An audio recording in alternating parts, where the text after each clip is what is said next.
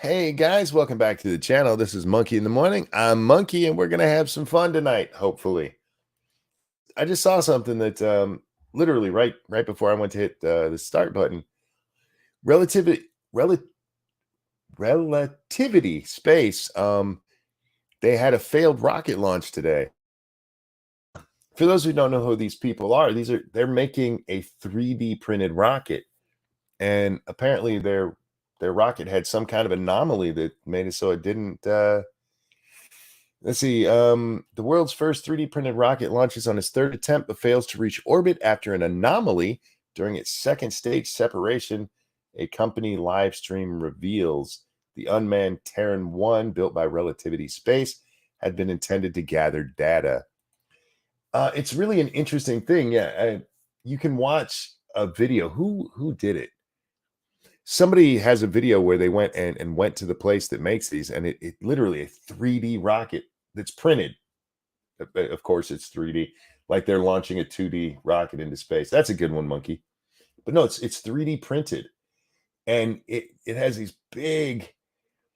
They had to build the printer itself because there's no printer big enough to actually build it, and they build the cylinders all at once. It's really cool looking, but apparently it didn't work. Oopsie.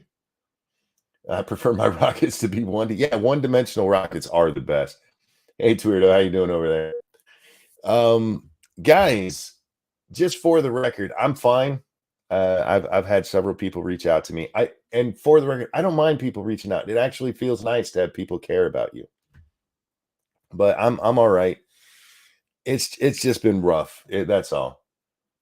I was down with the migraine most of the day. Will you tell me what happened in the world? A little bit of it, Scribbles.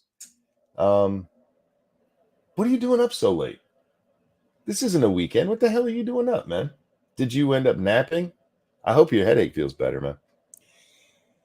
I'll talk a little bit because there are some things I want to talk about in the world that's going on.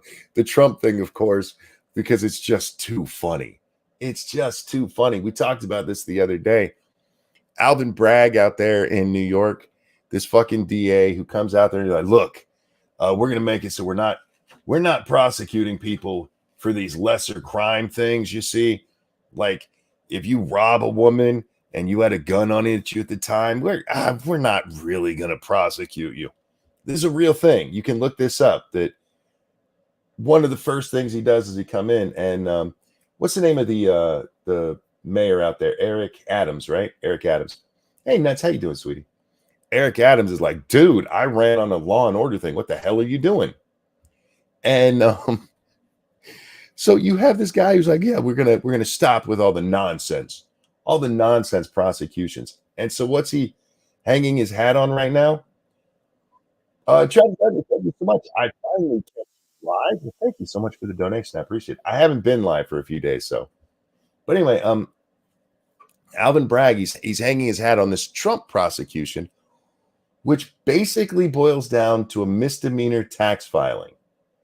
Seriously. And they're trying to push it up into this felony election fraud bullshit. You did it. Yeah, fuck off.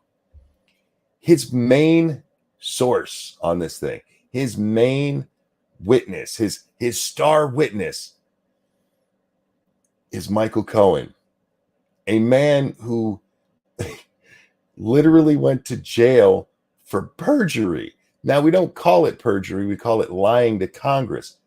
But the reason it's an issue lying to Congress is because you're under oath. Jack, my friend, how are you doing? I'm doing all right. How are you?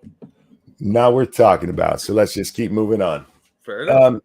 We're talking about what's going on with the DA there in New York. Oh, Bragg? Yeah, that dude's a fucking retard. So today, everybody's expecting Trump to get indicted today. Trump had said, I'm probably getting indicted Tuesday. That didn't happen. But everybody gears up for a Wednesday indictment. And not only did they not indict him today, they told the grand jury just to stay home. He canceled the grand jury proceeding. Yeah. And why? Well, because an associate of Michael Cohen came forward and went, this man's a fucking liar. You can't trust anything he said. And then on top of that, apparently, what is it, 600 pages of exculpatory evidence come out? Yeah. And Bragg's like, I don't know what's going on. It's I said I'd go after Trump. Here's the thing. They had actually turned this case down.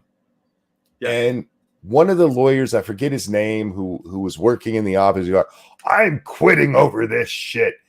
And Bragg got so much political pressure that he finally went ahead with this case where literally his star witness is a known liar with a grudge against the potential defendant. What did the evidence say? Well, let's talk about the evidence. Stormy Daniels is on record saying that she didn't actually have sex with Donald Trump.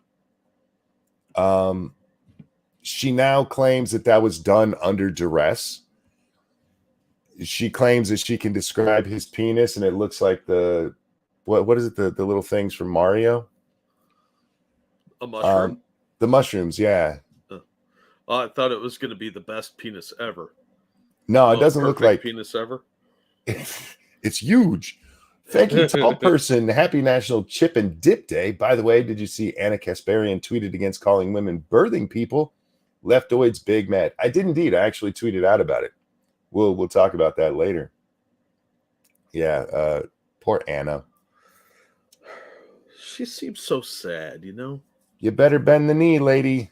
Better bend the knee, or Chank's going to replace you with somebody younger and, well, ugly. Anyway, so probably a dude, honestly, in a dress. The left is mad as fuck today that this didn't happen. I know. It's been hilarious all day. Oh, it's funny. The Krasensteins are like, well, I mean, there's still other stuff that's going to happen. I'll give those two idiots credit. Again, I do not believe that they write their own shit. They are part of something where they're being fed things to say.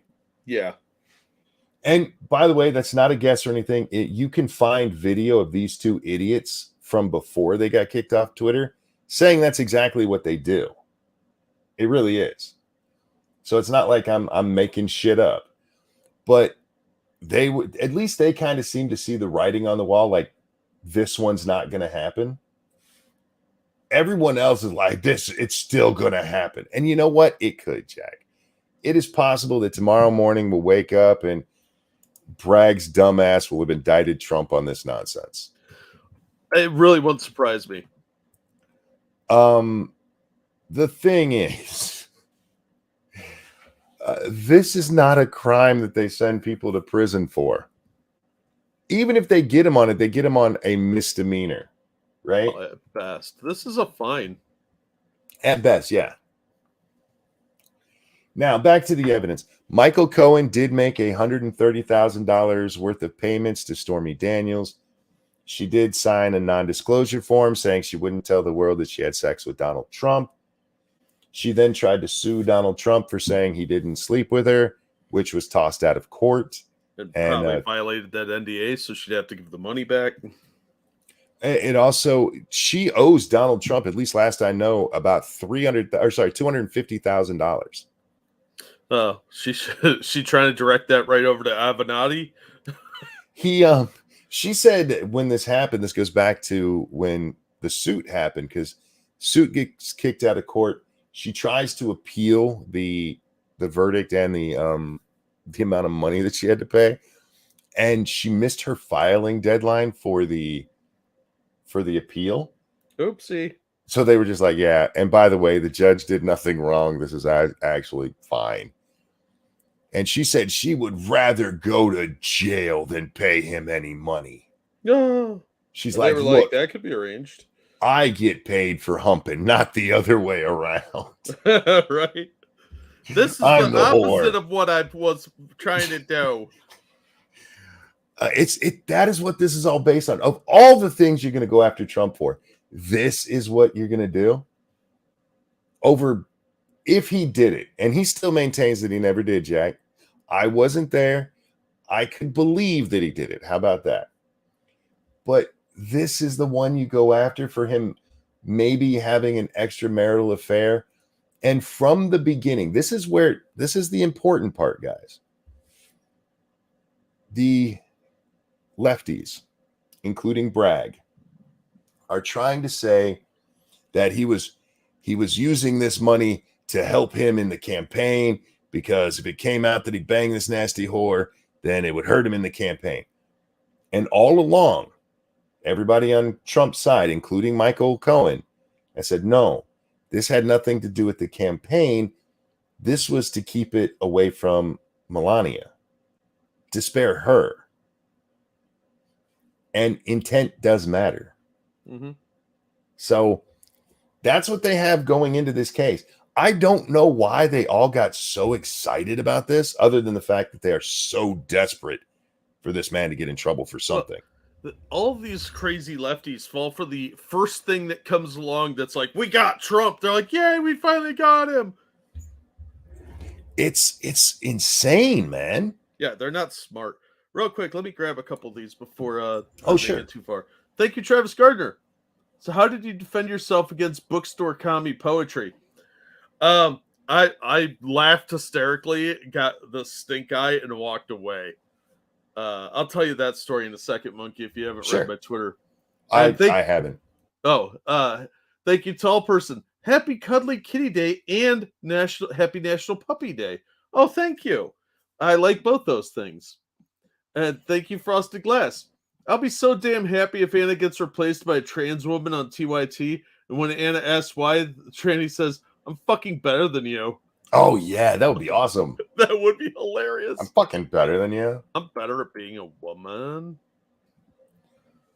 How could this go wrong? Stormy had such a good lawyer. No shit. All right, so what's going on with your bookstore thing? We'll get back to the Trump thing in a minute. Oh, okay. This is total side tangent. That's what this show is. I'm going to rename this side tangent, to be honest with you. Uh-oh. What? You got quiet. No, I generally do get quiet. No, I went to the bookstore. I was looking for a specific book that I thought they might have. It's a used bookstore, so, it's an old book from the 80s. Not important. And I was looking to spend like $2 instead of ordering it off eBay for $10, right? Because I'm cheap and poor. Mm-hmm. So I'm minding my own business, looking around, perusing the aisles. I'm going through, looking, and there's no real order to the book rack that I'm looking at. So it's taking me a long time. And the people in the next aisle are just sitting on the floor. I don't know, kind of hanging out, loitering, I guess would be the appropriate word. Drinking coffee, chilling out, doing nothing. And I'm not saying I'm eavesdropping, but I'm not eavesdropping. I'm half listening to them while looking for this book because I'm nosy. Wait. What? No, Jack was not eavesdropping. He was just making sure they were using his proper pronouns. Yes.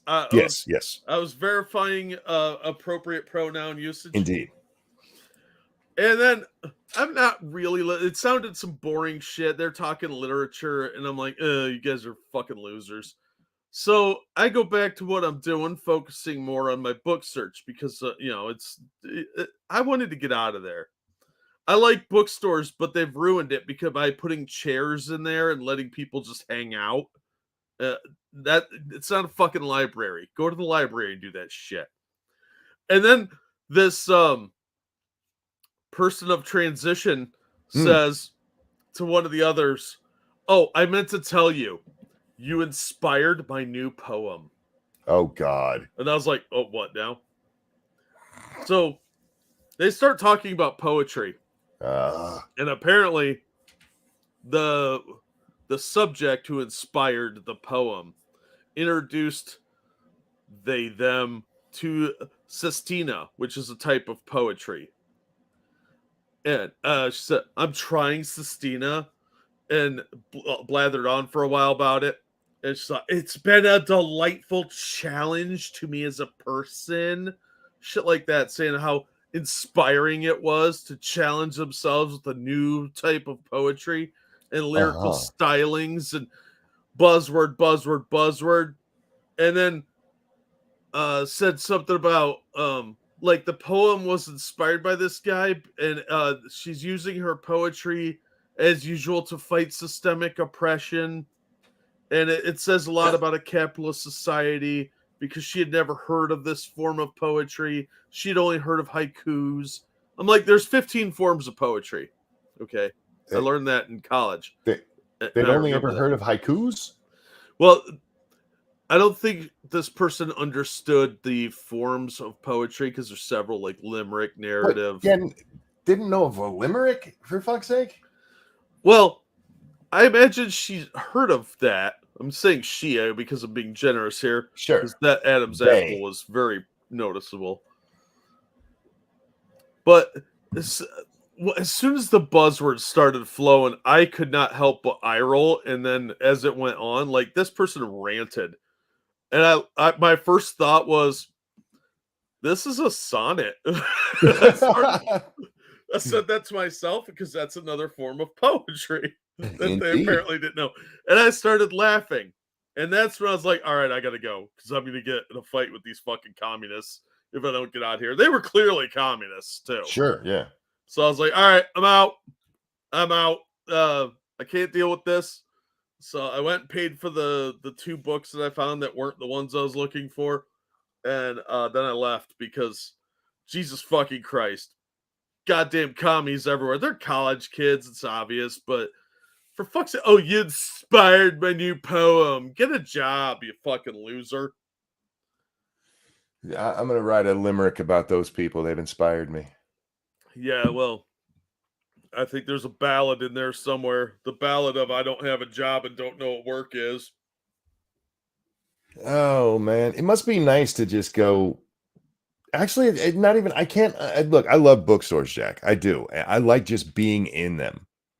Yeah. But while I'm looking for books, when I find the ones I want, or I find, a hidden gem or something, I want to go read it. So I go pay my money and then I take it home and I read it. What kind of a sad world do you live in where you go hang out at the bookstore? You want to sit on the floor at the bookstore and talk about poetry? It's because they're basically practicing for being homeless later. Fair. Congress said, why would you give a business that houses these people money? You don't really have a choice. When you're looking for books, there's only certain ways to track them down. And obscure stuff, I was looking for a book from the A-Team series, if you really want to know. And I had a couple other books I was looking for. I found a couple of books that I was looking for, but they're only available in certain places. You can check eBay and Amazon, and there's a couple other book dealers online, but otherwise you actually have to go to a store. And unfortunately, any place that's open to the public, especially if they have chairs, you're going to find 2 things: college students and homeless people. Sometimes they're the same thing. But the communists, which are college students more often than not, they like to loiter at these places. And at a bookstore,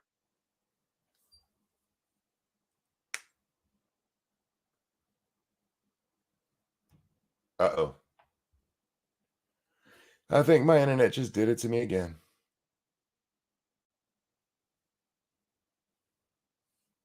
Hello? Did I go out or did he? Jackson. Oh my God. Okay. So see, I'm just used to it being me. This is why we need a producer. Yeah, Jack will be back in a second, guys. Starscream has fallen. Indeed. He'll be back in just a second. I do love bookstores, and up top, somebody said, I love, who was it? Lion Patriot said, I love Garfield books. I do love Garfield books. I still read them. Every so often when I do get a chance to go to a bookstore, and if I see a Garfield book, I will pick it up. I love Garfield. That's, look, I do read more age appropriate stuff, I guess is what we would call it. I do read, novels, and I'm not the biggest nonfiction person, so most of my nonfiction reading is online.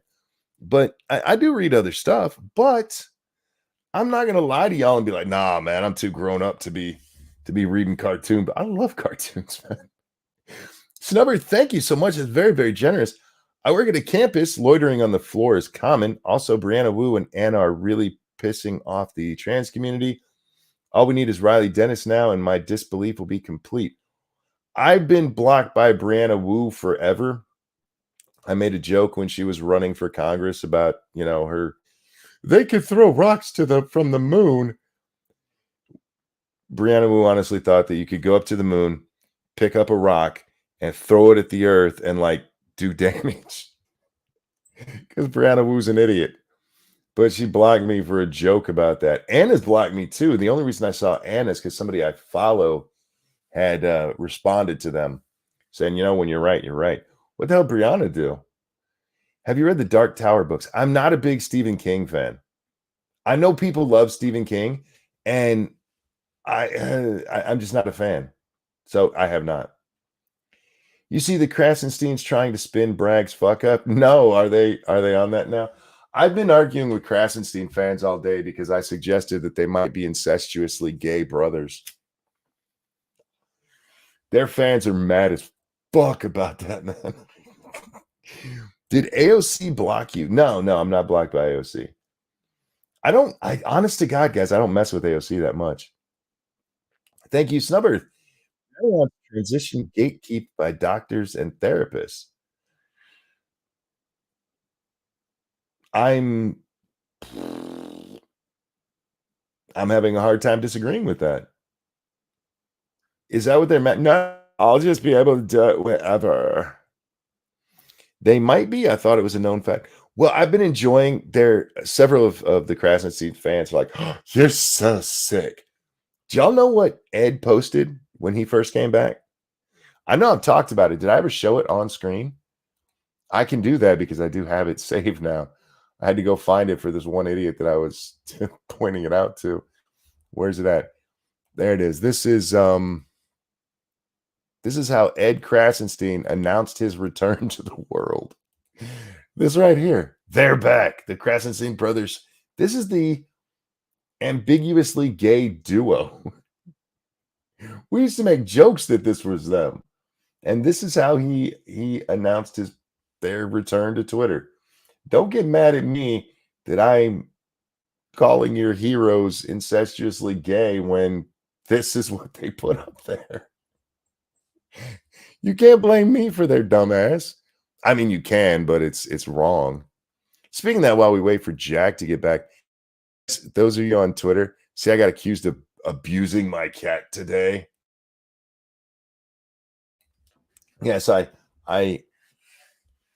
put up a tweet because somebody had tweeted out this video of a kitten eating and a duck comes over and starts eating its food. And I tweeted out that if that was Phoebe, she'd kill that duck and then eat that food in front of its mangled body.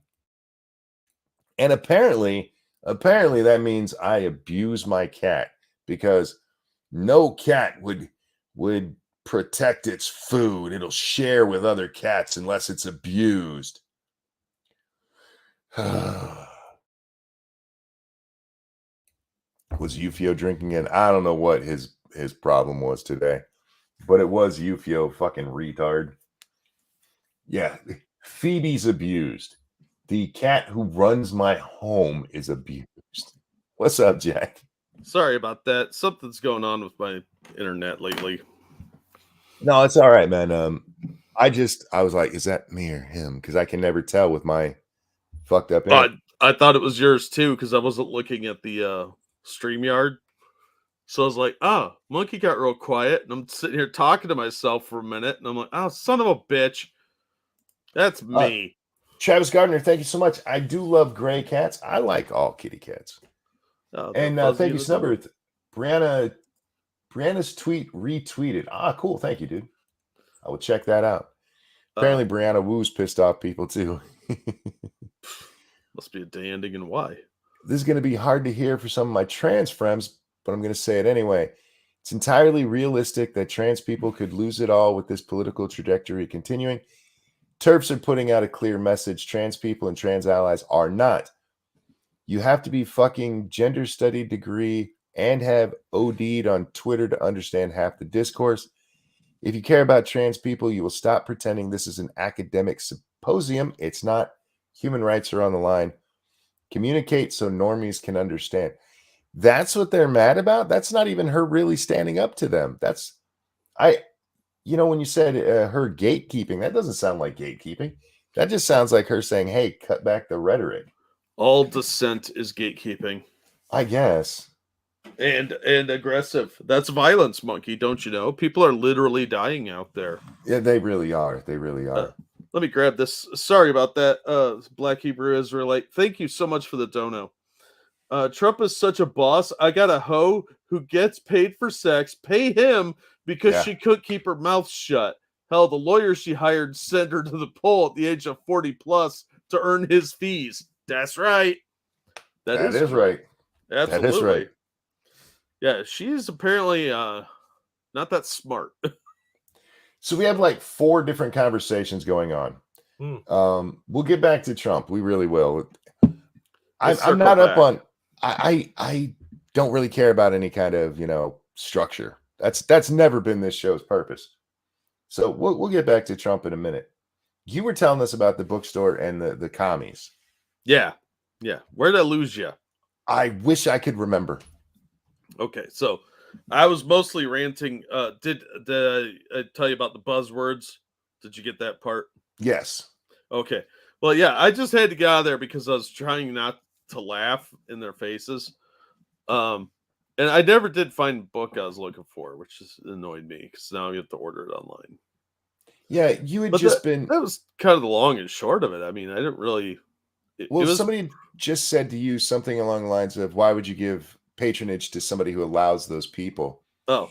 And I did want to address that because if you're, say, the bookstore owner, the hope is always, even if you have to wait months, that these idiots will eventually buy something.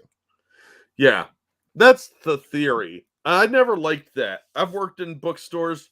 I hate the fact there are chairs there because you always get loiterers. But unfortunately, it's one of the few places you can find, especially used bookstores. If you're looking for obscure stuff or stuff that's way out of print, you don't really have a choice because there is stuff out there that you might want to read that's not available in a PDF form that somebody scanned on some Russian site somewhere. Look, I've read books in PDF form, and I need a bigger reader to do it because I do it on my phone. Yeah. And it's not horrible, but I hate it. There is something about actually holding the book, and anybody who loves books will say this, and the smell. Yeah. Well, it evokes more senses with the touch, the scent, the visual, and then you remember the content better. They did studies on this years ago when like the e-readers first came out. I like e-readers because it does give you access to so many more books that, especially where I live, Jack, my closest bookstore might be in Grand Rapids. I'm assuming they have one. So I would have to go 60, 80 miles to find a book. I could order them on Amazon, but I'm an impatient person, and if I'm not going to be able to go pick it out myself, then fuck it. I just want to read the words.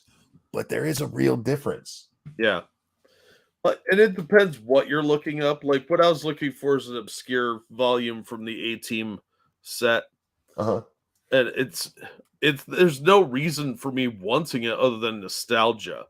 So I was like, well, I'll check here because they sometimes have the stuff in the series. They had some Perry Rodan and some Star Trek and stuff like that. So I was like, it's possible they would have something like that. Sure. Yeah. I didn't want to pay $10 for it on eBay. Because I'm only missing like 2 books out of the set. There's only like 6 books in the whole thing. So it was just a nostalgia trip, but it's one of those types of things that if you're not actively looking for a used copy, you're probably never going to come across it. Sure, yeah. It hasn't been reprinted. Nobody gives a shit about it. Novelizations and stuff like that are rather obscure. It's like looking for like book 5 of the Destroyer series. It'll cost you $2 because it was mass market paperback, unless you buy it off eBay, and then it's going to cost you $20 because that guy thinks it's worth money. No, They made millions of them. Nobody fucking wants it, but it's got nostalgia for the people that love that series. Same with like Mac Bolan and all the other men's magazine type things. Do the news. We'll get to it. Calm down. Yeah, and then the other thing was my little stalker boy's back. It is weird, Jack. Yukio? I've had a couple of stalkers over the years. Mm-hmm. They love woo. Most of them have dropped off. Most of them have gone and found something. Even the hardcore ones have gone and found something else to do with their lives. UFO just won't go away. Well, dedicated to hating me. To the point he's today, not dedicated to hating you. He's dedicated to getting to the bottom of that Jack Daniels bottle. Well, there's that too. Today, he accused me of abusing my cat because I suggested my cat might protect her food. That's what? Yeah. You see, if you know anything about cats, which, by the way, I've had cats my whole life. I am the cat whisperer. Seriously. If you know anything about cats, they will share their food. No, not always. It depends on the cat. We had cats. We had one cat. His name was Nuisance. He was a gray cat. He was fucking awesome. Nuisance was a fighter. He was an indoor-outdoor cat, Jack, and he'd come back with like a piece of his ear missing. But he was an awesome cat. But if you got near him while he was eating, he would growl. He was the most sweetest, loving cat to people. Sweetest, really? Yes, yeah, he really was to most people. Sweetest. No, sweetest is already. Oh, Jesus Christ. Okay, go ahead. Anyhow, I can hear Scribe cringing somewhere because I said most sweetest. It's all right. Yeah. That is proper English these days. That makes me sad that that's true. I know. All right, he was the sweetest kitty, and he didn't mind strangers, but other animals he was standoffish with. And if you went near him while he was eating, he would start growling. And if you got too close, he would turn and start hissing at you. You do not fuck with him when he was eating. But apparently that made him abused. No, that's not how that works. This retard UFO has tried accusing me of molesting my grandchildren because I talk about them. He accused me of trying to hit on somebody in DMs, this in person he made up entirely in his head. I remember that. That was funny. Yeah. And now I abuse animals. I don't get the kind of hate that it takes to be that dedicated to hating somebody. Well, look at what Jarbo gets still. Yeah, I get it, but I don't get it. You know, I know it happens. I just don't get it. I don't understand the time dedication that's required to that because I don't have that much enthusiasm for much of anything. Look, I've been fucking with the Krasensteins for years. Yeah, but that's like a side thing. It's not like they have live rent free in your head.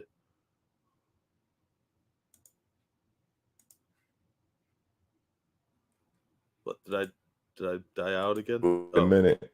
Are you back? What? Oh, there you are. No, that wasn't me this time. Oh, cool. Either way. I fucked with the Krasensteins for years. There's several people that I've fucked with, but they pop up and I make some smart ass remark and I go about my day. You know, I move on with my life.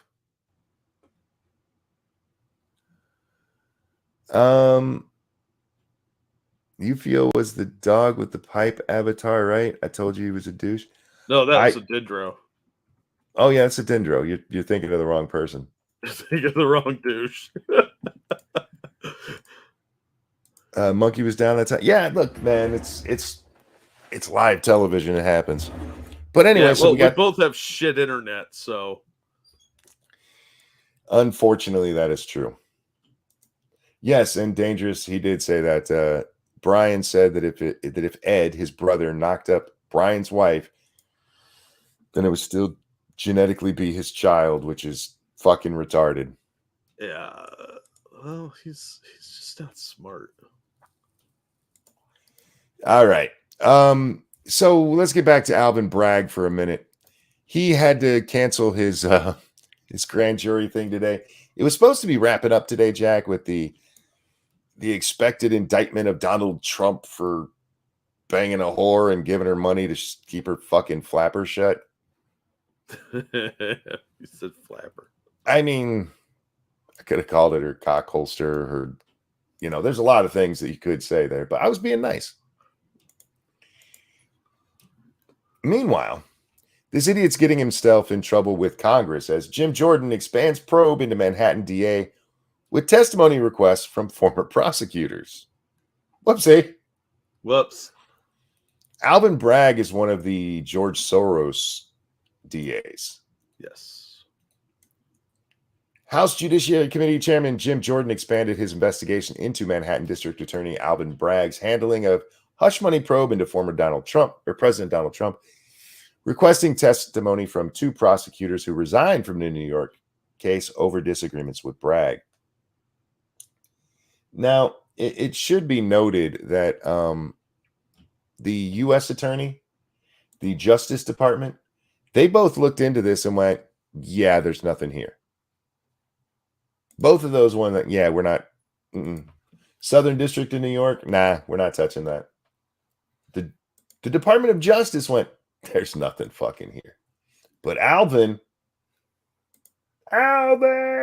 he went right ahead with it. He found what nobody else could find. Yes, the end of his career. Oh, no.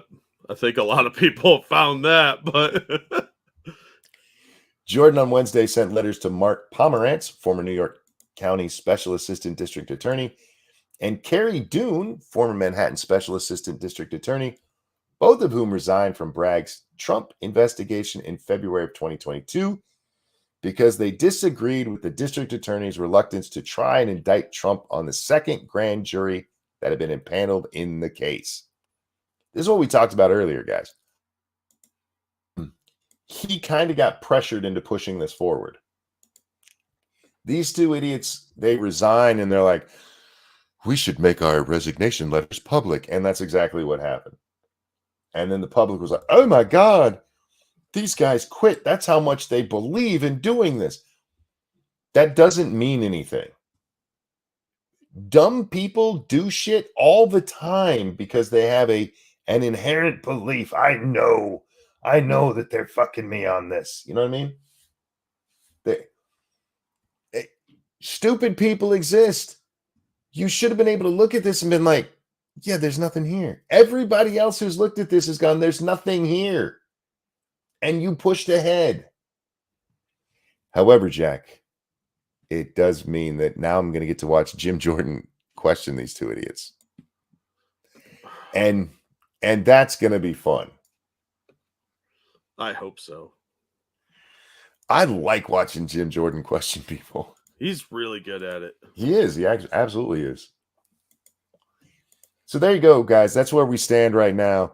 There won't be an actual hearing unless things go really fast for at least a week, probably more like a month. And then we'll get to see those 2 idiots questioned. And again, the Pomerantz guy, he's the one that is kind of credited with pushing Bragg. I keep wanting to call him Briggs. Bragg into sticking with the investigation when there's nothing there. So it'll be interesting to see him get questioned. You know what I mean? Yeah. And I do look forward to that. Speaking of questioning, Jack, have you been paying any attention? Oh, before we do that, look, my cat still will not sit still for pictures. I don't know what she has against cameras, but as soon as you bring one out, she's like, what? I just have to show Phoebes. She's getting so big. Oh, she's so pretty. By the way, this white right here and the white in her ears is the only actual white on her body. Everything else is slightly brown. I don't know why.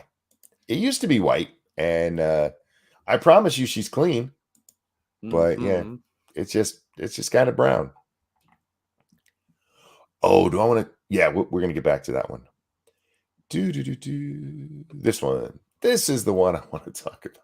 I got to find the tweet. It's within the story. I hate, Jack, that sometimes I have to go to a news story to find a tweet. It's a weird dynamic we got going on with news these days. Yeah, well. All right, so there's this gentleman who's His name is something Washington, I forget. But he's up to be the chair of the FAA, Federal Aviation Administration. The guys who keep our skies as safe as they can, right? We talked about this a little while ago. Go ahead, Jen. No, I was just agreeing with you. Okay. We talked about this a little while ago about how his nomination, Ted Cruz gets up there and like, dude, you're not even qualified for this. Told him right to his face, you're not qualified for this because you're supposed to have a background in aviation. His background in aviation, and I'm not making this up, was running an airport. What? Yeah. Oh, yeah. Well, he's being questioned. I got to make sure I got the right one, not that one. He's being questioned on some flight related matters, some airplane related matters. Huh. Yeah, listen, just wait.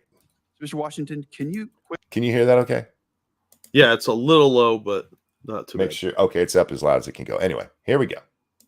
quickly tell me what airspace requires an ADS-B transponder? Not sure I can answer that question right now. That's okay. We'll just keep going. So that's a pretty important part. So what are the 6 types of special use airspace that protect this national security that appear on FAA charts? Sorry, Senator, I cannot answer that question. Okay, so what are the operational limitations of a pilot flying under basic med? Senator, I'm not a pilot, so. But obviously you'd oversee the Federal Aviation Administration. So any idea what those restrictions are under basic med, quickly? Well, some of the restrictions I think would be high blood pressure. Some of them would be. It's more like how many passengers per airplane, how many pounds in different categories, and what altitude you can find or so. And are you catching this? This is the guy, the guy they want to run the FAA, and he doesn't know fuck all about shit. Can we just welcome the Chinese in now and save the trouble of a war?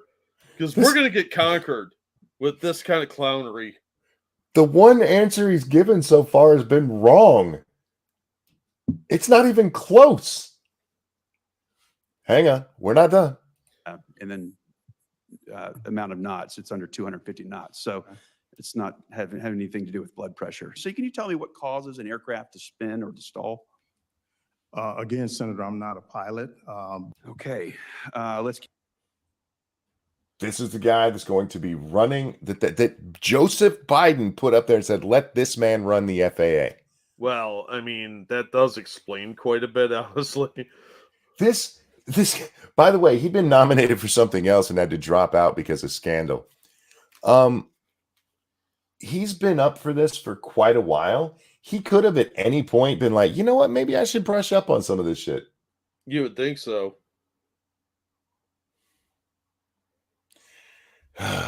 Keep going.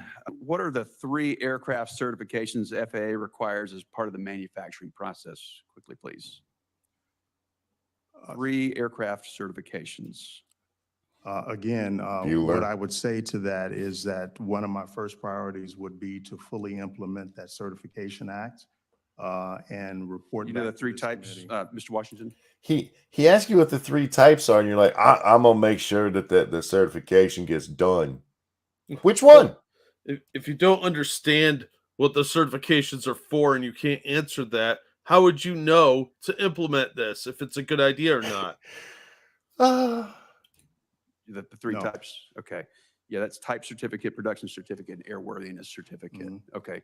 All right. Let's just keep going. See if we can get See lucky if you can here. guess one So correctly. can you tell me what the minimum separation distance is? Did you hear what he said? Let's see if you can get lucky. He's not wrong. Ending and departing airliners during the daytime, Mr. Washington. I don't want to guess on that, Senator. Are you familiar with the difference between Part 107 and Part 44809 when it comes to unmanned aerial standards? Unmanned like drones. Are you familiar with the difference? Yes. Okay. You know the difference between those 2, Part 44809 and Part 107? Do you know the difference there? No, I cannot. Seriously. 5 minutes of, I don't know. He could have looked a lot of this shit up before he had to have known they were going to question him on this stuff. No, you're not a generic bureaucrat middle manager. You're supposed to understand engineering and manufacturing principles. You're supposed to understand aviation. This is supposed to be somebody who has a history, like a pilot would be a good one, honestly.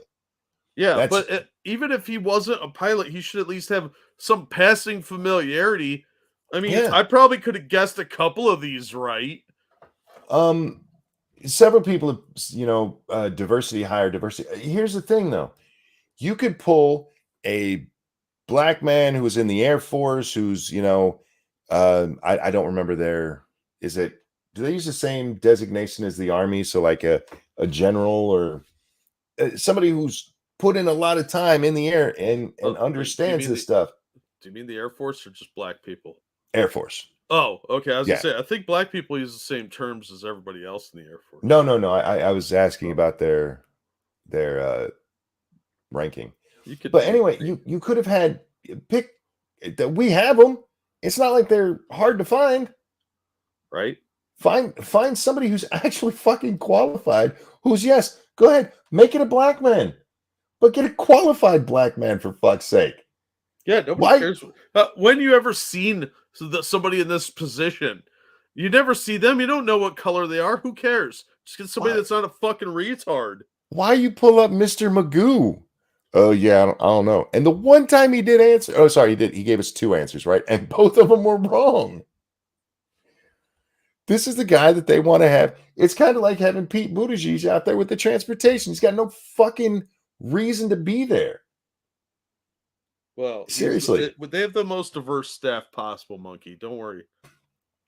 Planes are falling out of the sky. The roads are falling apart. Trains are falling over. But fuck it. They're gay and black, y'all. Isn't that what really matters, Monkey? Yeah, that is what really matters. Apparently. Seriously. Plenty of qualified black men out there you could have had for this. And you went with this fucking moron. Good job. The guy too lazy to even read up on what his job should entail. Like, he probably could have gone and qualified as a pilot in the time that he had to prepare for this. Oh, yeah, definitely. Definitely. But this is the guy that the Biden administration, he's the right one. I mean, it's not like he has access to the internet, Monkey, where you could just look stuff like this up. Like, he would have to take specialized classes and not just a flight simulator. I feel like he's taken a lot of specialized classes in his day. They mostly involved the short bus from the look of it. And some trailers out front or out back of the school. Yeah, we know. We know. All right. I want to read this, Jack. This came out today, and it's about the January 6th trial going on right now with Tario and those guys. Oh yeah. Yeah, this is interesting. This instant motion is based on a disclosure made to defense counsel today, March 22nd, 2023, at the end of the court's proceedings, wherein the government stated that one of the witnesses, who was disclosed to the United States and the court as directed by the court in December of 2022, who was scheduled to appear in the defense case the following day, has been serving as a confidential human source since April 2021 through at least January 2023. During this period of time, the CHS has been in contact via telephone, text messaging, and other electronic means with one or more of the counsel for the defense and at least one defendant. What? During this time period, the CHS also participated in prayer meetings with members of one or more of the defendants' families. The CHS also engaged in discussions with one of the defendants' family members about replacing one of the defense counsel. Well, that seems slightly inappropriate. The above may not include all the communications that were initiated by or engaged in by the CHS. The FBI has a plant who is helping with defense strategy. That seems like a violation of one of the amendments. What, the 6th? Yeah. You can't have somebody in there and has been discussing it with defense counsel? Yeah. Are you fucking insane? Discussing strategy and ridiculous. And even if they stayed quiet the whole time and then go back and tell the FBI what they're talking about, confidential conversations between defendant and lawyer. What, attorney-client privilege? I mean, that's a real thing? I work for the FBI. Fuck your rights. I'm sorry, I couldn't hear you over the sound of the shredding of the Constitution. Shredder's really loud. Oh my God. I've read this and I'm like, you've got to be fucking kidding me. But that's at least what the defense is asserting today, according to the filings. And yeah, if that's true, this case just needs thrown out with prejudice. Well, I mean, would it surprise you? Because it doesn't surprise anybody with the January 6th stuff going on. That they've been lying, cheating, and swindling through this entire thing. Yeah, this is pretty fucked up. And again, if it's true, this just and not just thrown out with prejudice, because there's no way you can bring this case now without that dirty shit in there. You just can't. There's no way. Been working with the FBI since April of 2021. Ridiculous. And the last known date was January of this year. Man, for fuck's sake. Just disband the FBI. They're fucking corrupt. They are so corrupt. I mean, there's not much to talk about. The Texas University cancels drag show saying it denigrates women akin to blackface. Ouch. Oh, can we call it drag face now? Did you see Zuby talking about this? No, I don't watch Zuby. I don't watch him very often. I do like Zuby. Zuby's funny as shit. Yeah, he seems funny, but I just don't have time. Yeah, but I saw a clip of him talking about this. Who was it that put that out? Might have been Beast Boy, but don't quote me on that. And Zuby's like, he's talking to these women. He goes, actually, transracial makes more sense than transgender. He goes, because racial actually is a spectrum, and it actually is just kind of made up by us. I mean, people come in all colors, from your whitest white to your darkest black, that we call black and white, of course. Yeah. He goes, that literally is a spectrum. Because when it comes to men and women, it's just men and women. He's not wrong. He's not wrong. And the women he's talking to just look pissed and confused. Well, I mean, tiny girl brains. I mean, he's kind of got a point. I mean, I can't argue with his point there. I mean, I could, but I'd be wrong. What else? Don't care about that one. Oh, this one I really did want to talk about, Jack. We're gonna watch some Ben Shapiro. Uh-oh. Look, I don't hate Ben Shapiro. I'm not one of those people who like, I hate that guy, I hate this guy. Never. Sometimes people I don't like say things that are right. Some people I do like say things that are wrong. I don't even agree with myself. I said this on Twitter, and I mean this 100%.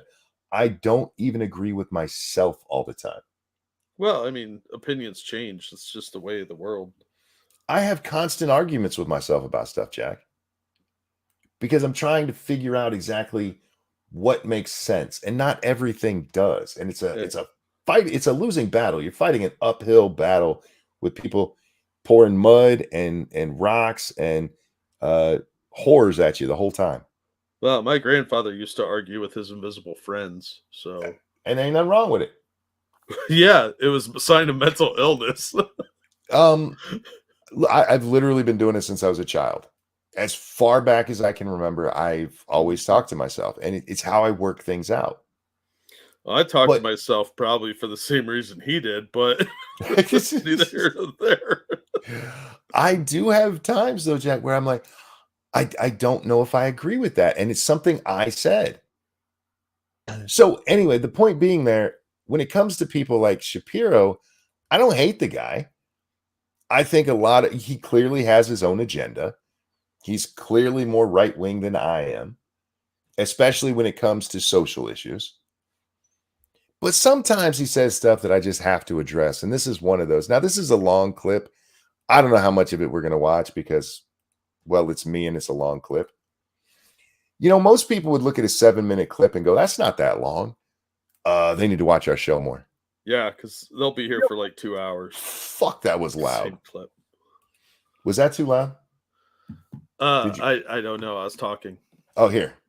Question here is a strategic. Yeah, it's a bit loud. That's what I thought. Ben has very good audio. Ben, if you're going to put stuff on Twitter, you need to make it shittier audio so we all know. One. Okay, because this primary is going to. Is that better? A little bit. Still sounds loud as fuck. Well, he's a loud little man. He is. Do you think that's a Napoleon thing? No, I think that's just his sex voice. Oh, God. Can you imagine his O face with those eyebrows? It would just be one giant eyebrow circling his mouth because his whole head would expand out. I don't know. Right. He's going to give us his take on Trump versus DeSantis. And who's the more grown up?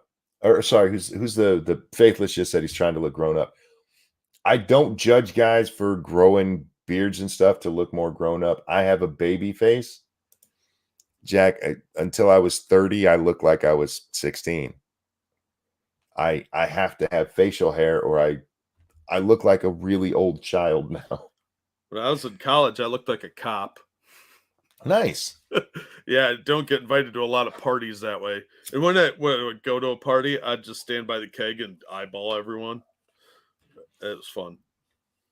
All right, Ben. The real question here is a strategic one. Okay, because this primary is going to be about 3 main issues, I think. The first one, as I mentioned, is who is more of a winner? So here you have the. Who's more of a winner between the guy who was president of the United States and a guy who's governor? I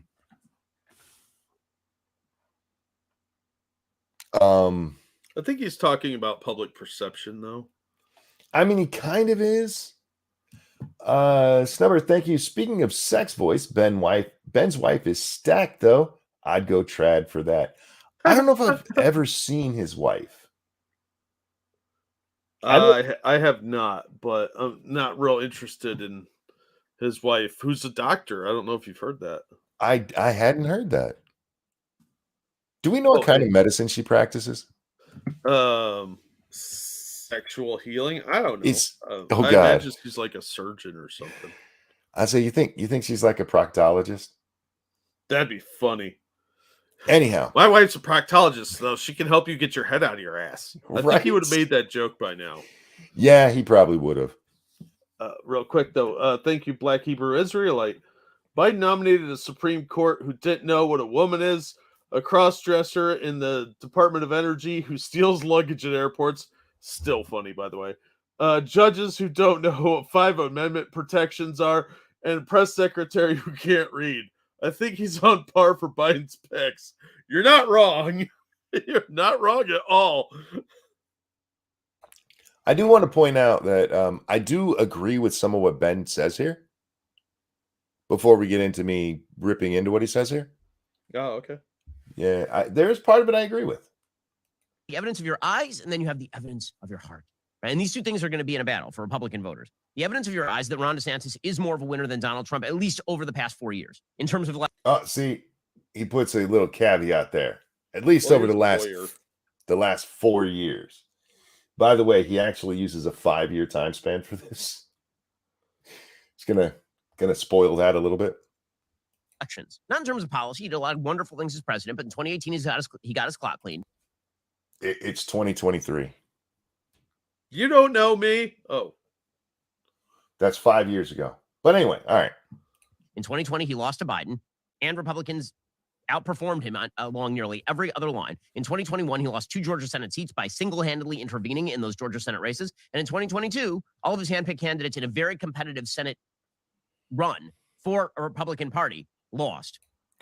All right. She's a doctor of internal medicine, we're being told. Thank you. Okay. I love how the people who are against Trump on this stuff, and I just want to say, I'm not endorsing Trump or DeSantis yet. If I endorse any of them, it's too early. It's way too early. But they always do this when they talk. His handpicked candidates for Senate. All right. What about the other 200 people he endorsed? You never talk about them. No, because he endorsed a lot of people. And the over 90% won? I believe it was, yeah. And look, the Senate, I'll give you that. I mean, some of his candidates were horrible. Oz is such a special case because Oz still could have won that, but he refused to go after Fetterman the way he needed to. Yeah. Yeah, he wouldn't play politics. Thank you, Snubber. Sorry, I mean his daughter, Abigail, she does have a big values, especially after she got pregnant. Oh, gotcha. Okay. I think that's his sister, isn't it? Yeah, he said Abigail. I don't know. No, he said daughter, and I think Abby's his sister, not his daughter. Because his kids are all little. Because he's under 40. Yeah, not inches, age years. He's got young children, right? Yeah. So that is a bad record. Meanwhile, DeSantis in 2018 got elected by the thinnest of margins by 0.4% in the state of Florida, and he turned that into a 20-point victory in Florida, and he picked up congressional seats, and he won a supermajority in the legislature. There was a red wave in 2022, but it was relegated to the Sunshine State. That was the only red wave in America.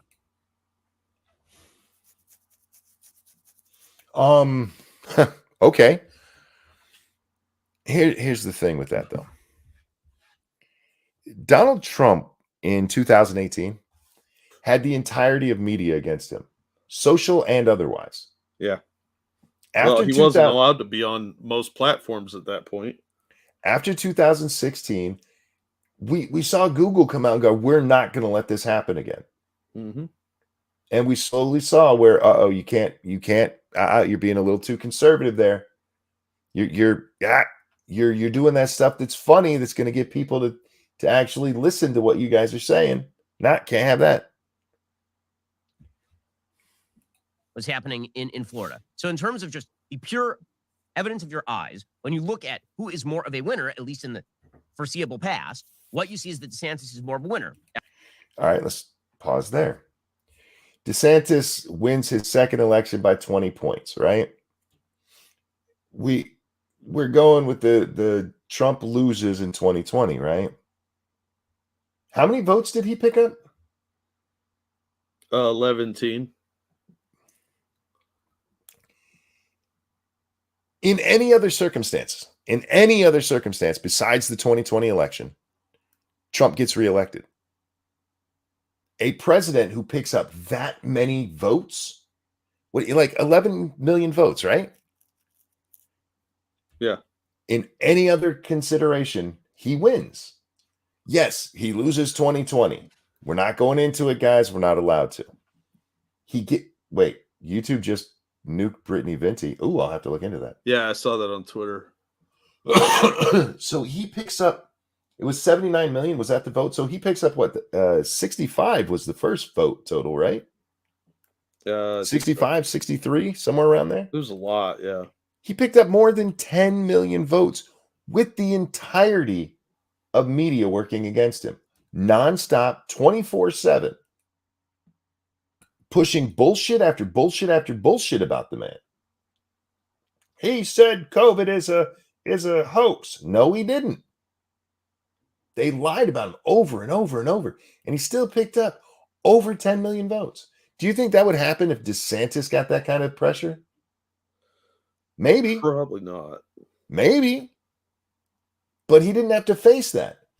And DeSantis gets to make decisions in Florida that are much more direct. And he did make a lot better decisions when it came to COVID than Trump did overall. Yeah, I think Trump relied way too heavily on his advisors on that. Yes, absolutely. Which, keep that in mind, Jack. Well, I think right now there's somebody fiercely typing how you're just a Trumpster. Listen to you. Look, I've said all along, at this point, I think DeSantis is the better candidate just because of the baggage that Trump has. Nope, too late. You've already been branded. And I think that if they tried to pull that same stuff with DeSantis right now, I think it would wake up a lot of people to be, holy shit, they're just going to do this to any Republican. Yep. It's not going to matter who it is. They're just going to keep coming. And maybe that's a little optimistic, Jack. But I do think in the long run, it would be better for Republicans for Trump not to be the candidate. Now, if Trump is the candidate, I think Republicans, if you want to win, you better get behind him. Yeah. That's just the way it is. Anyhow. After Barack Obama won re-election in 2012, a theory went out from the Democrats that Democrats would never lose again. And that this is something that I've talked about this on Lords of the Night, Jack. Mm-hmm. If you go back, you can, I think there's a South Park episode where they actually make the joke that Democrats will never win again after George Bush. Anytime you have a double presidency like that in my lifetime, there's always some commentators out there like, that loser's never going to win again. And it always switches back and forth. Yeah, because people get tired of the one party and they vote for the other one or they sit out. Yeah. That was the theory that a lot of Republicans bought into after 2012 as well. And then along comes Trump and he breaks that myth, right? The myth is now that Donald Trump is a unique character who is able to defeat all the forces of political gravity. They just don't apply to him. They don't apply to him. And that is important because he's going to be talking about, like the congressional election. When it comes to Trump himself, it really doesn't apply to him. And we can't get deeper into that, so I'll just leave it at that. Balls deeper into that. And when presented with the evidence of your eyes, right, which is that he lost in 2018, lost in 2020, 2021, 2022, when presented with that evidence, people go with the evidence of their heart very often. They'll say, well, he didn't lose. He didn't lose. All Republican presidents are going to lose the midterms. People usually lose the midterms. And then in 2020, when Trump claims that fraud happened and that he lost fraudulently, a lot of people are like, well, he's a miracle man from 2016. So if he lost in 2020, it must have been because the only way you can defeat a miracle man is to cheat. Now, I want to talk about that, and I'm going to stop him right there. I've said all along, the stuff that we are allowed to say, Jack, there was cheating, but not in any, they stole the election kind of way. There was collusion between the entirety of the press and the Democratic Party. There just was. We have ample evidence of it. We have them completely ignoring all history of Joe Biden. We have Chris Wallace debating Donald Trump when he's supposed to be up there moderating. We saw this over and over and over again. DeSantis has never had to deal with that. And it's just disingenuous to go up there and go, oh, Trump lost, Trump lost, Trump lost. Trump did not get a fair shake from the beginning. They accused him of cheating from the beginning. They accused him of cheating before the election. And that shit went out there. They still tell that same lie today. Look, that's what I would expect from a Russian operative. That's all I'm saying. They, right now, are trying to get this man in jail for maybe getting his dick wet. Not lying about it. Puritanical, if you think about it. Not lying under oath like Bill Clinton did. Bill Clinton broke the law. Whether you like it or not, that man broke the law. He lied under oath. The very same thing that Cohen went to jail for, Bill Clinton did.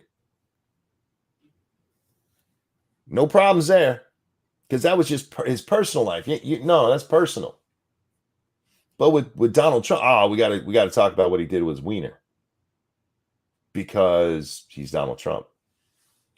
Nobody has ever faced a press that Donald Trump has had, ever. Or the fact that the media is so, it's not just the press, it's the people that run the press too. Yeah. Because they have a lot of resources. If you look at like social media and the way it's structured, people like Google have an insane amount of influence. You can bury search results. We've seen that happen. Even like DuckDuckGo was accused of that. So It's not just the journalists. Well, when I say press, I am talking about the entirety of media. Yeah, I just wanted to make that. No, and I appreciate that, but movies, television, music, Twitter, Facebook, Instagram, all of these places, all fuck Trump. Yeah, how many TV shows did you see with a pastiche of Donald Trump in there? Even Saturday Night Live, flat out having Donald Trump. They turned MODOK into a Donald Trump character in Marvel Comics. It's just lazy. They did even fucking Doctor Who, which is a British television show, had a Donald Trump figure on it. Yep. Played by Chris Noth. Yep. The only thing they didn't give him the orange hair. Well, they didn't want to be too obvious about it. They think they're subtle. Yeah, right. Because they're so smart. They are. They're the smartest people ever. It's disingenuous to sit there and try to compare them as a winner loser when DeSantis has never had to face anything like that. Star Trek Discovery, yeah. Everywhere was doing it. Everybody was against Trump in the media sphere. Yes, Mr. Big, the guy who played. See, a lot of people, when you say Chris Noth, they think of him. I don't. I think of him as the guy from Law and Order. Yeah, Logan, yeah. Logan. I'm so glad when he left the show, they didn't kill his character like they did with everybody else. Yeah. I was glad when he came back in Criminal Intent because that was great. It's really good episodes of that. But the idea that you can just look at the two, which one's the winner? And if you look at your eyes, you look at your eye. Well, look with your whole eyes, because right now you're being kind of emotional there, Ben. And you are. You're trying to make you're playing teams, is what you're doing. Well, he hates Trump, so it's like when I say Tom Brady's a cheating piece of shit. People are, how many rings does he have? How many of them were cheating piece of shit? He cheated. You know, at least 3 of them were tainted, for fuck's sake. I'm sure he didn't cheat deflated. I'm sure he didn't cheat on any of the other games. Nah. Deflategate. Anyhow, we're gonna see a lot of this over the next goddamn Jack year and a half. Yep. Year and a half of everybody taking sides, and actually we'll see it mostly for the next year, because by this time next year we'll be into the primary, and I haven't looked up the primary dates yet, but we'll be getting a decent idea of who's the front runners, and if everything goes according to plan, I think we are going to see Trump versus DeSantis. Probably. There'll be some also rans like Nikki Haley and maybe Noam from up there in South Dakota. They're running for VP. They're not serious candidates. Here's the thing: if Trump wins the primary, you don't want to be one of the people that ran against him. Probably not. No, he's not Biden. He's not Biden. Where Biden gets up there and is called a fucking racist, and you're like, yeah, make that bitch who called me a racist my VP. Trump is very big on the loyalty. Now, Ben goes in to talk about some other stuff in that video, and this is where I really do agree with him. He talks about how DeSantis came into office, cleaned house, got rid of everybody and brought in his own people. And Trump didn't do that. Trump made a huge mistake, and this is part of the problem with Trump, is that Trump didn't come from the political sphere. So all of these places, when you get into say you become the president, right, Jack? Mm-hmm. By the time you get into that position, you've had a long career where you've become a governor or a senator, and you've worked with a whole bunch of other people, so you get to know them. You know all of these people for different policy positions. Trump didn't have that. So he relied a lot on establishment Republicans to be like, yeah, why don't you pick John Bolton? Pick John Bolton. Would have been a good pick. Yeah, it would have been. It actually probably would have been better than John Bolton the way things turned out. Yeah. Trump, when it comes to business, I would absolutely trust Trump if he's like, you want to work with this guy. When it comes to politics, and especially governmental workings. Trump just doesn't know the people. So that was his biggest problem. He couldn't bring in people that were loyal to him and people that he knew would be on his team because he didn't know the folks. Yeah, he doesn't know the field of battle. Yeah. That was Trump's biggest weakness when it came to being president. And we saw it over and over again, how these people just fucking turned on him over and over again.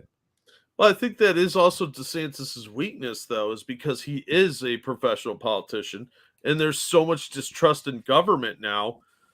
Yep. Do you really want somebody like that might waffle for political gain? And that's what this is really going to come down to. I think Trump these days, I think he's gotten a lot more into it. I mean, he was president for 4 years. He's learned. One of his problems, though, is that he has this issue with loyalty. And sometimes loyal people are really stupid. Yeah. You need somebody there who's going to call you out. Got to unsub according to a Twitter scientist. Monk is a cat abuser. Does he say he's a scientist? He said he's a school teacher. He's a school teacher. Don't you know? Is that what we're calling those people now? School teachers? Is that code? That's what he claims. He's Yeah. a school teacher. Like, How really? much would I bet he's a substitute? That motherfucker ain't no school teacher. He might sometimes help at a Sunday school or something. He brings snacks for Sunday school. Andrew, thank you. Anyone who's chosen as a Republican nominee will be treated as badly as Trump and called the new Hitler. Ben Shapiro is controlled opposition. I don't think Ben's controlled opposition. I think Ben is establishment. Ben often borders on Rhino, but I don't dislike the guy. I just think that sometimes he gets things like incredibly wrong because he's looking at it from a completely different perspective. So I don't know.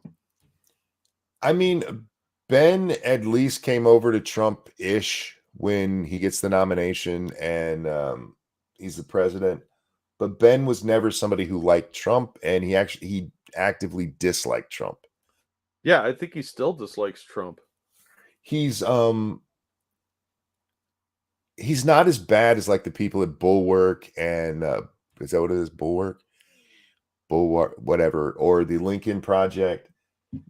But he was never on board, and he relishes any failure of Trump, and he thinks that Trump's personal failings are a big deal because he has his, I'm pious bullshit. Yeah. And I'd never stick my dick in that nasty whore. Most of us wouldn't. Yeah, we get that with a lot of religious people, though, and Ben's clearly very religious. Yep, and that's where I do tend to disagree with him, because if you're telling me that your reason for this is because of God, that's not a good reason for policy. It's just not. You need to make it something that affects all of us, right? Because while I don't believe in the notion of separation of church and state, Jack, because that's not what it was supposed to be, I think sometimes if you can't make that argument without God, then you're not making a good argument. Yeah, well, I mean, you have to be able to convince secular people, too, because they're in the party as well. Yeah. And there's been a push recently to go full on social conservative out there. That's going to backfire. It just is. That's a terrible idea. It's really stupid. Everyone ignore the fact Stormy Daniels admitted there was no affair. I brought it up earlier. She claims now that statement was made under duress, so we'll see how the courts decide it. If it Did goes she say that far. duress or undress? I doubt she said the word duress. I doubt she knows it. That's what I was thinking. Maybe she meant undress. No, I'm pretty sure Avenatti told her to say it. Ah. Yeah. Stanford had to come out and make a statement. What those retards do now. Well, actually, I'm with them. They actually did something good. The fact that they had to make the statement is what's fucked up. The Federalist Society has the same rights of free association that other student organizations at the law school have. Students calling for the law school administration to restrict the organization or the speakers it can bring to campus are demanding action inconsistent not only with freedom of speech, but with the right of freedom of association that civil rights lawyers fought hard in the 20th century to secure.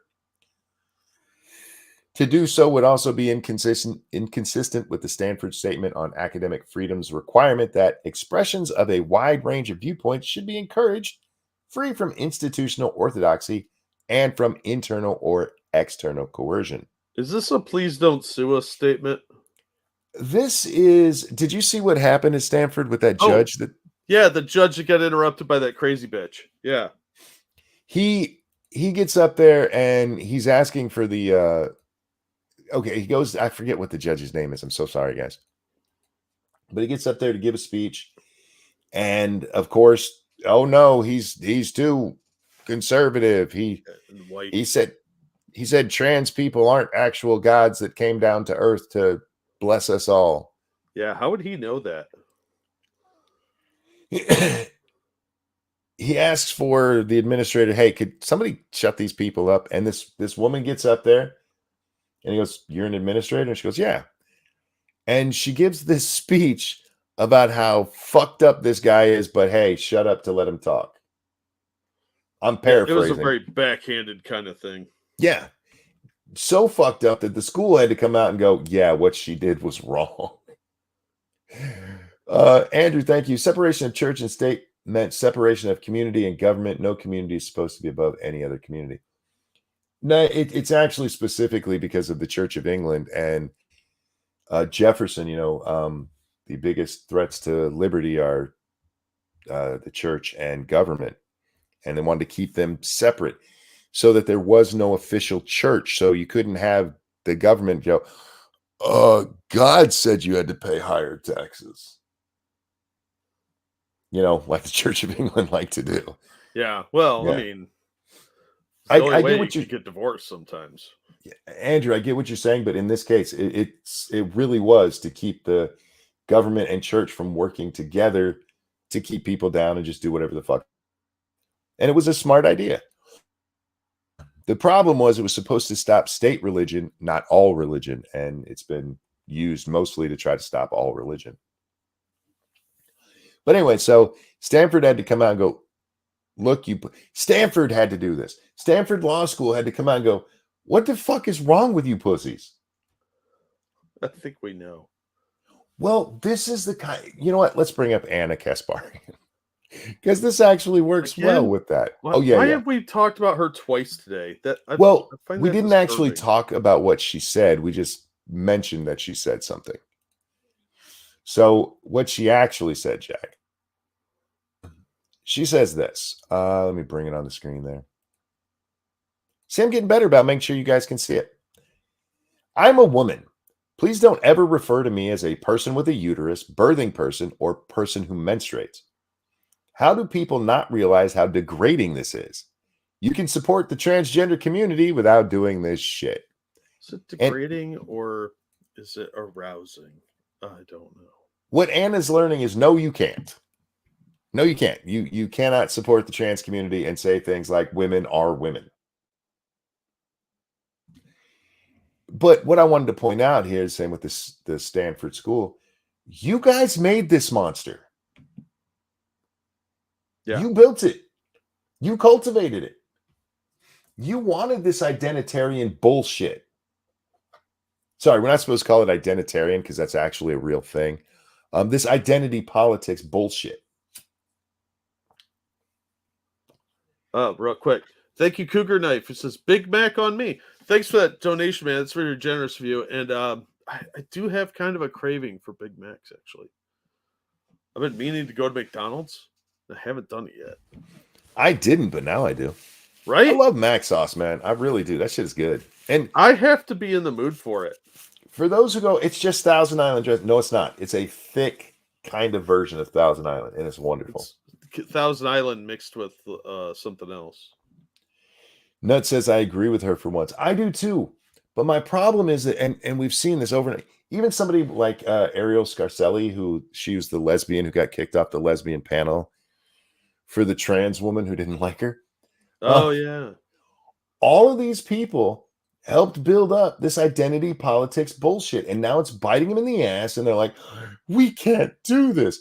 And the simple fact of the matter is, it's going to take women to stand up to this shit because men are pussies and won't do it. Well, and women caused the problem. It's only fair. They did. And they need to fix it. And I'm sorry, you guys have built this world like that. Thank you, Andrew. A church is a community. True. I wasn't arguing that a church wasn't a community. I'm arguing that the separation of church and state as it actually exists was done specifically because of the church and the power mixed with the government in England. I'll take up that argument. I don't know. What am I arguing? Churches are communities? Yeah. Oh. Well, they do take communion, therefore word association says otherwise. I don't know. I don't know. I got nothing. Hashtag that joke wasn't funny enough. Sorry. Nut says agreed. I like when you agree with me because I'm usually right. You can't have these people. You know, it's kind of like the free speech thing, right? Oh, you can't say that. You can't say that. You can't. What do you mean I can't say this? Why are you turning it on me?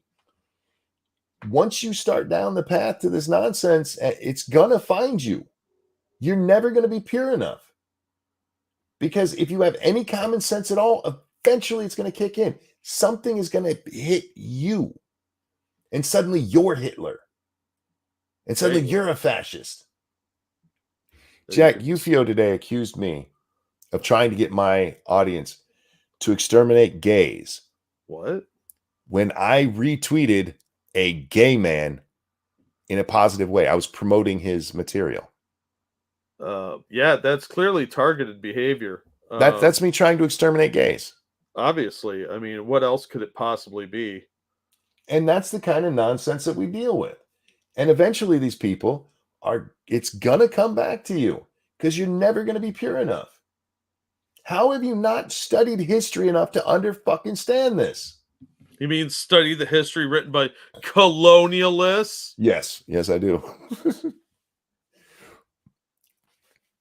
You have a whole bunch of people acting in a very fascistic manner, accusing everybody else of being fascists. Remember, fascist doesn't just mean authoritarian. It doesn't. There's components to it. One of the biggest ones is controlling speech and what you're allowed to say, what you're allowed to question. So you fell off the wagon again. No, I think that motherfucker just lives under the wagon. Somebody in chat said they're superior to other boots. I'm not sure what we're going with that, but I do want to say, Jack, I saw this thing the other day. It showed the difference between men and women, and it's 2 bathroom doors. And on the men one, it says he, him. And on the female one, it's got she, hers, they, them. And my favorite one is way down at the bottom, says das/boot. Frosted, thank you so much. So you're not ordering it? Got to make a few calls. Not ordering what? Like, what are we supposed to order? Maybe Das Boot. Das Boot is a good movie, but I don't think I could ever watch it again. Movie's fucking boring. That movie's good. That movie's real good. I fucking hate that movie. I have never been so insanely bored since Master and Commander. And that movie it was Gods and Generals. Sorry, Master and Commander is actually pretty good. Gods and Generals is second to Das Boot in the most fucking boring movie you're gonna watch. I really enjoyed it. I think it's very much along the lines of Unforgiven. Unforgiven is a very, very, very slow burn.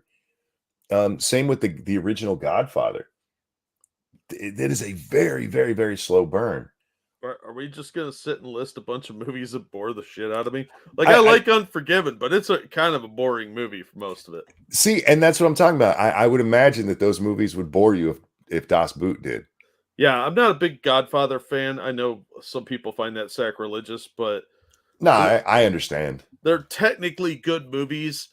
Well, the first 2. Third one was but I just can't sit there and watch. You have to be in the mood for it. And Gods and Generals, if you tell me that's a good movie, I'll call you a fucking liar.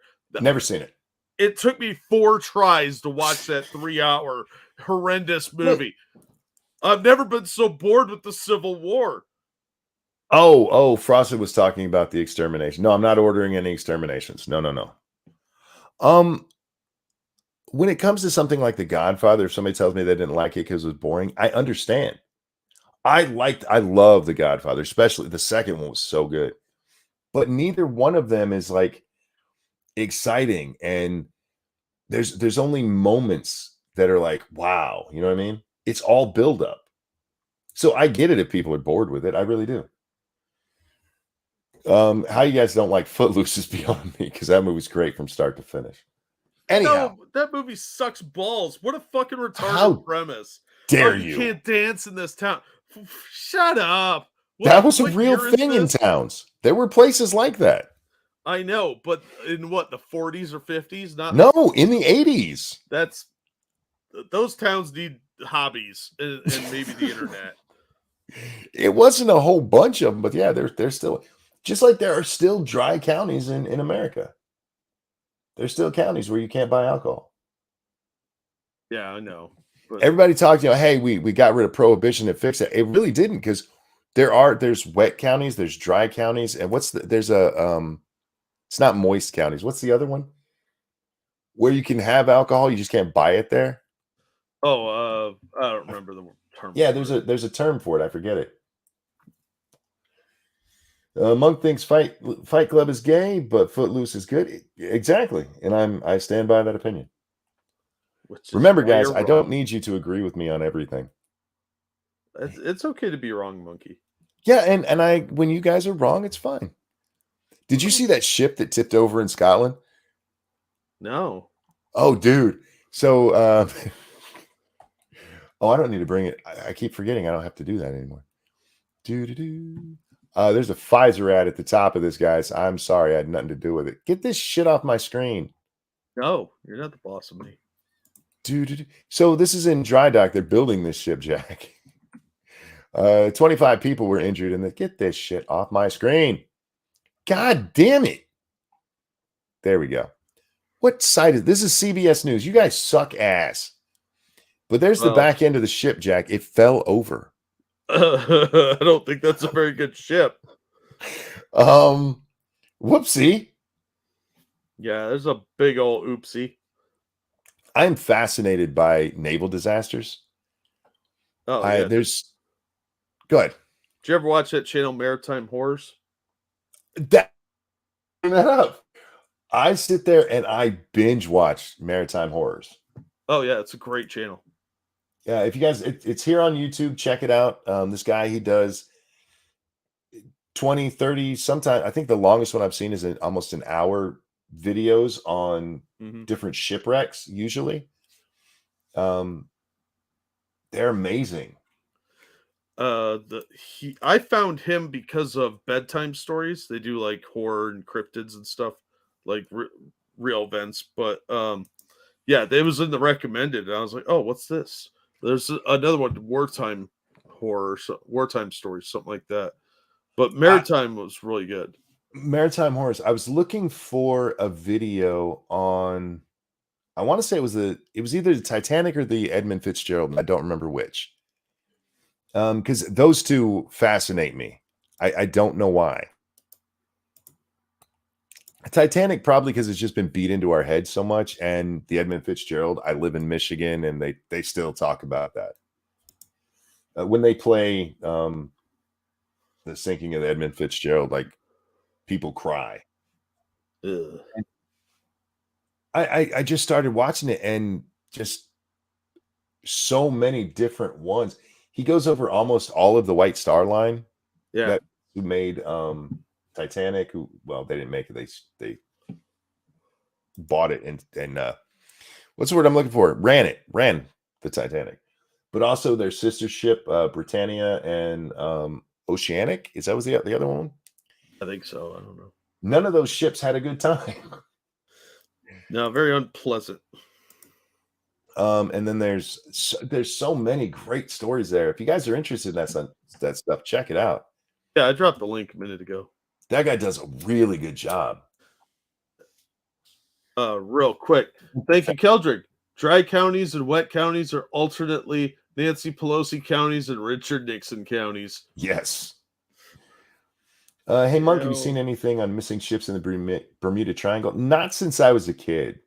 They used to talk about the Bermuda Triangle a lot when I was a kid. Yeah, it was real big in the 70s, thanks to Charles Berlitz's book, Bermuda Triangle and Devil's Triangle. Charles Berlitz, by the way, that wrote those books, also did the Berlitz language program. Nice. We used to use that as a counter selling point when selling Rosetta Stone.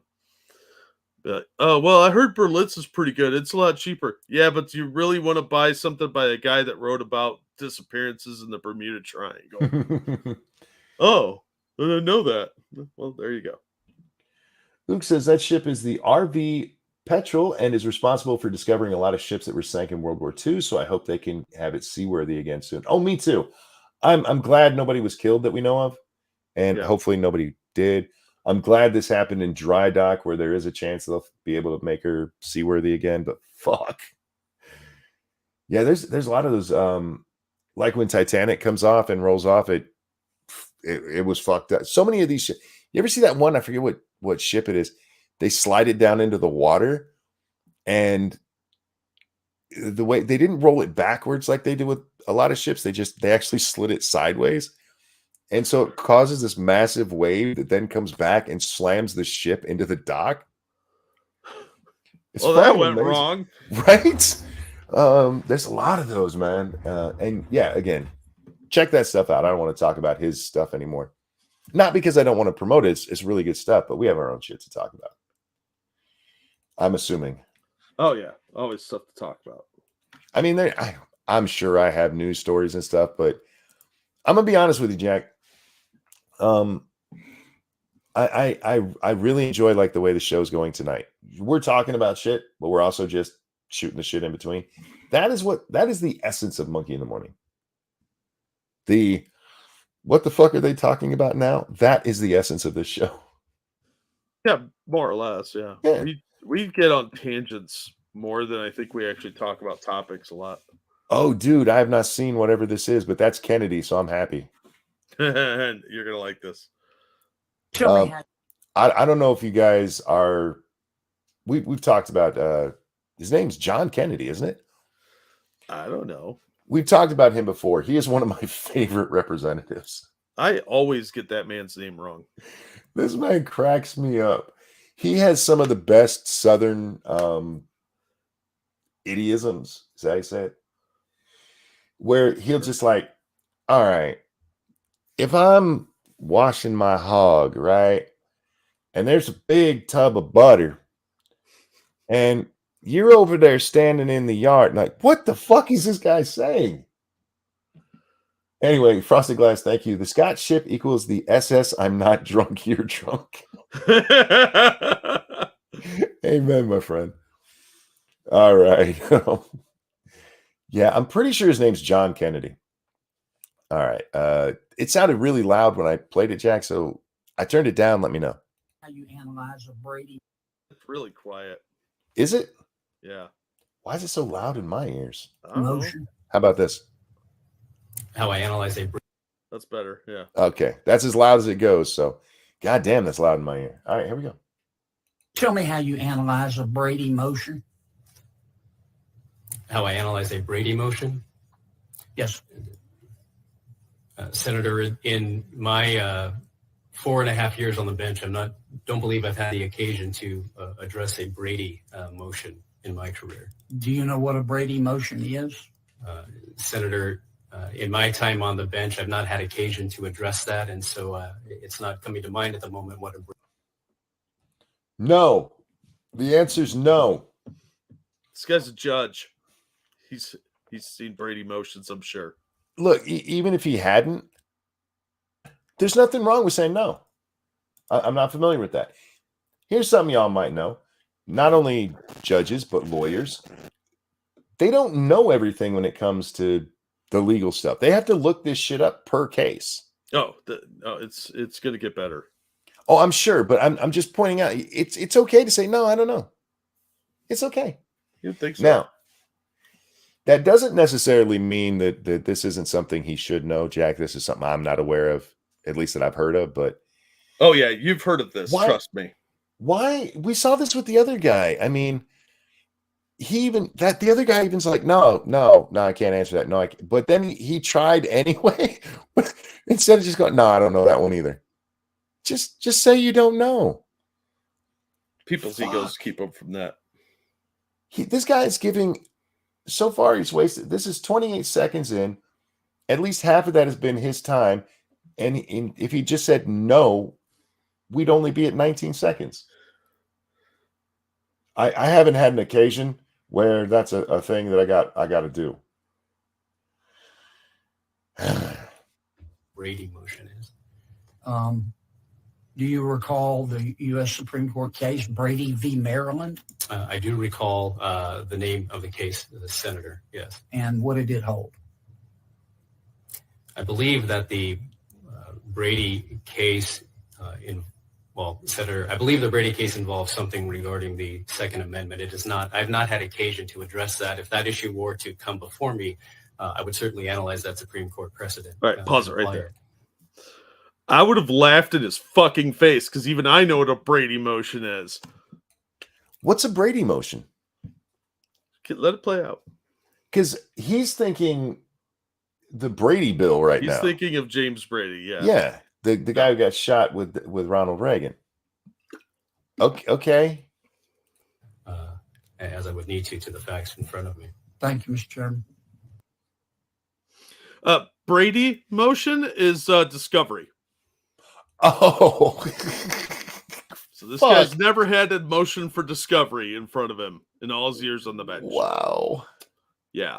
One season of Law and Order will teach you that. Yeah, I mean, it's not something my brain is... see, this is one of those times, Jack. Look, if I had read... See, you tell me not to read, and I did a good job. Because if you read the tweet, it actually tells you what it is. Yeah. Yeah, Frosted. Brady motion is marrying a woman with 3 kids. There you go. All done. But only if you have 3 of your own. Yes, and you have to have a maid named Alice. Here's the story of a man named Brady who fucked a really ugly bitch. She had Wesson oil. She did have Wesson oil. You know, she got all slippery. Ew. So what was he? Do you know what that confirmation hearing was for? It's for, I think, a federal judgeship. I'm not sure. But the guy's a sitting judge. So in his years on the bench, he's never seen a Brady motion. Are they trying to make this man a federal judge, or are they trying to make him an appellate judge? I'm going to have to look that shit up. I don't remember. But yeah, it's embarrassing. Another Biden nominee that has no idea what he's talking about. Evil one says, wait, he didn't fuck her. He was gay. Gay men have had sex with women before. Yeah, that was his beard. It was the 70s. Yeah. They weren't as open. I know a gay man's got 3 kids, and they're actually biologically his. Yeah. He just decided he liked it in the butt more. And I am positive he's a bottom. I never asked him. You come through with the gold change and the mesh shirt.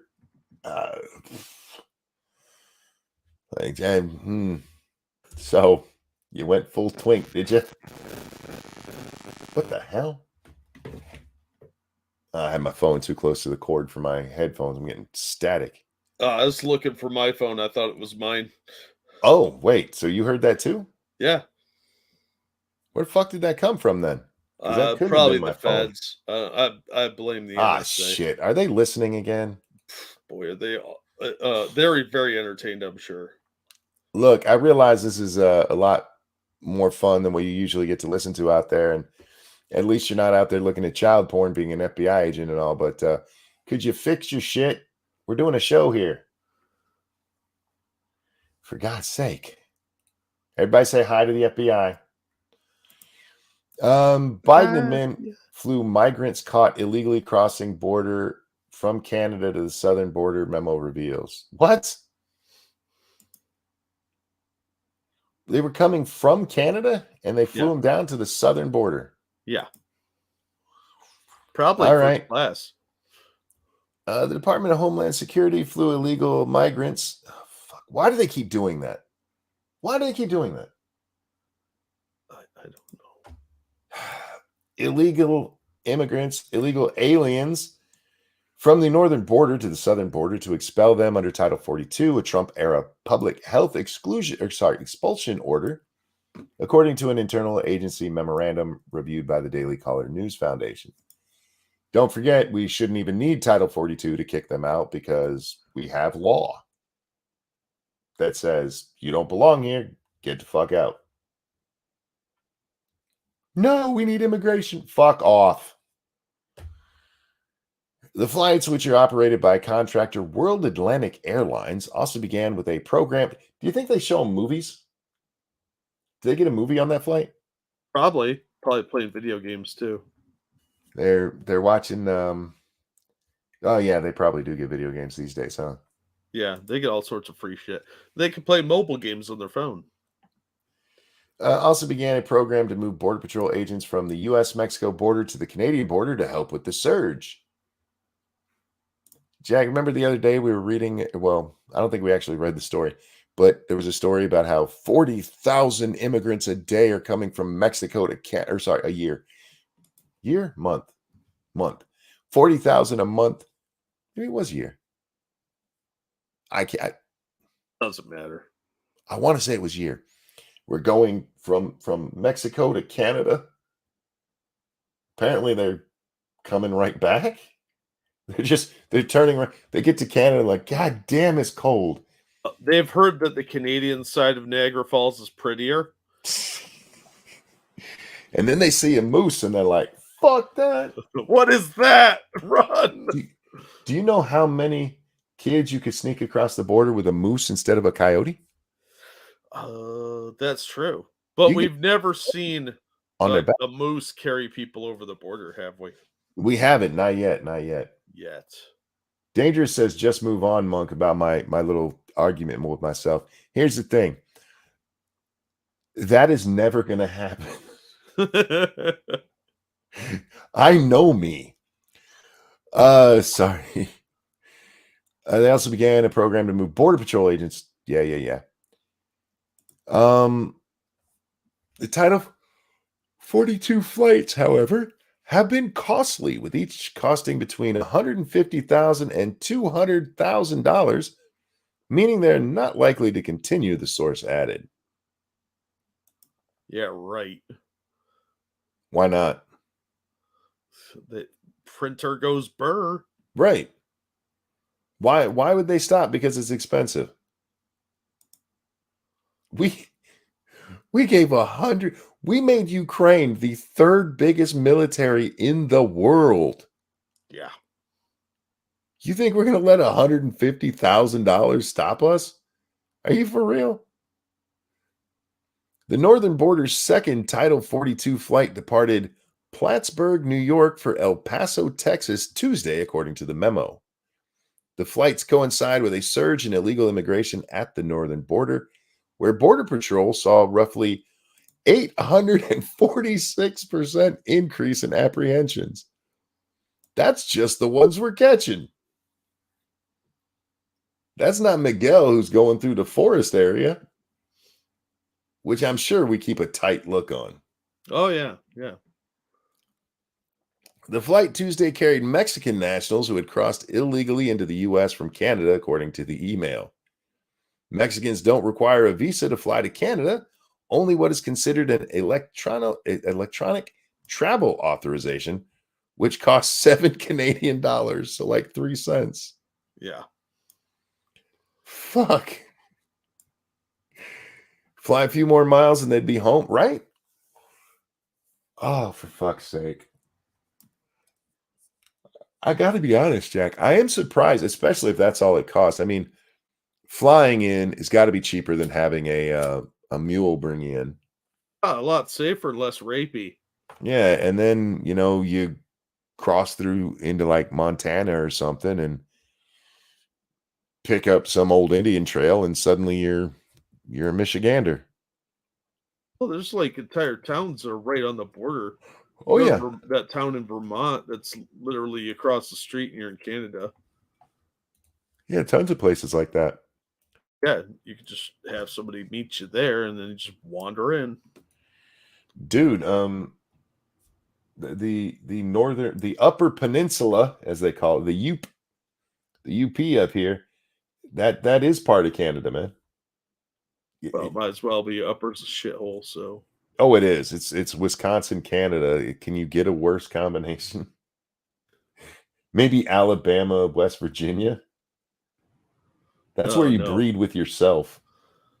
You'd be like Alabama, Arkansas border, or Louisiana.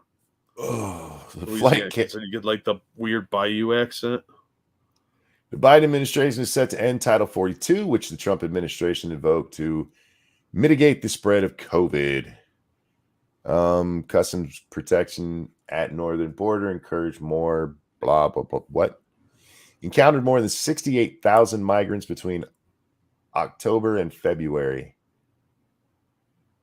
That's a lot of Mexicans coming through Canada. Well, it's not like Trudeau's going to turn them down. Do they like have clothes for Canada? I feel like, I mean, October to February, you're getting into really cold times, especially February. Do Mexicans have clothing for that? They probably make it, so. Oh, yeah, maybe. They just open their own sweatshop to make sweatpants and jackets. Yes. I'm just saying. I would feel like they don't have the right clothing for it. Have you seen Mexico's weather compared to Canada's weather? In fucking February? Well, I imagine they have like cold areas in the mountains and stuff like that. It'd be little frozen chorizos up there. You're going to freeze your chorizos off. Their churros are shrinking. Your huevos. Churro would be more of the penis, and then huevos would be. Anyway, I don't speak Spanish. Do Spanish people even have a word for cold? What's the Spanish word for snow? They've got to have one. Somebody that speaks Espanol. What's the Spanish word for snow? Cas1, thank you. Plus, Delta doesn't usually leave you trapped in a metal container with the door completely shut and no way out. That is true. Well, it depends. You'd be sitting on the tarmac for 6 hours. Which trapped in a metal container. Technically, you're not wrong. And they won't let you off. Yeah. Yellow is Spanish for snow? I don't think so. Cocaña? That's cocaine. I feel like that's not the right snow. El snow. El snow. Snow is my favorite. All right, we're getting the real one. What is that? Nieve? Is that how you say it? Nieve? I don't know. Look, I'm not Spanish, man. I'm not even Mexican. I'm American. I don't speak the language of the servants. No more cold drinks. Most of Quebec's fucking weird French place in Canada. Liquor stores are getting rid of their fridges. I don't know why I couldn't say Quebec. I don't either. The Societés de Alcools del Quebec is drastically scaling back its supply of cold drinks.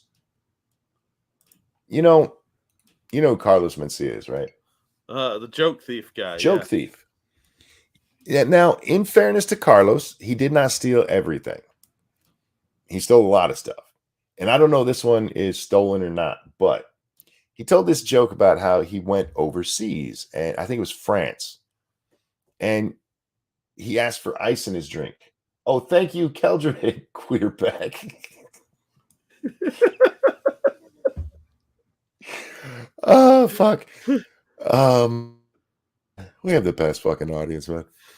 Anyway, he tells the story about how he goes over there and he asks for ice in his drink, and the waiter's kind of like, and he brings him like 2 little ice cubes, and he's like, I can't get any more than that. And the waiter's like, What the fuck is wrong with you Americans and always wanting cold drinks? It's like, no, look, you got to understand.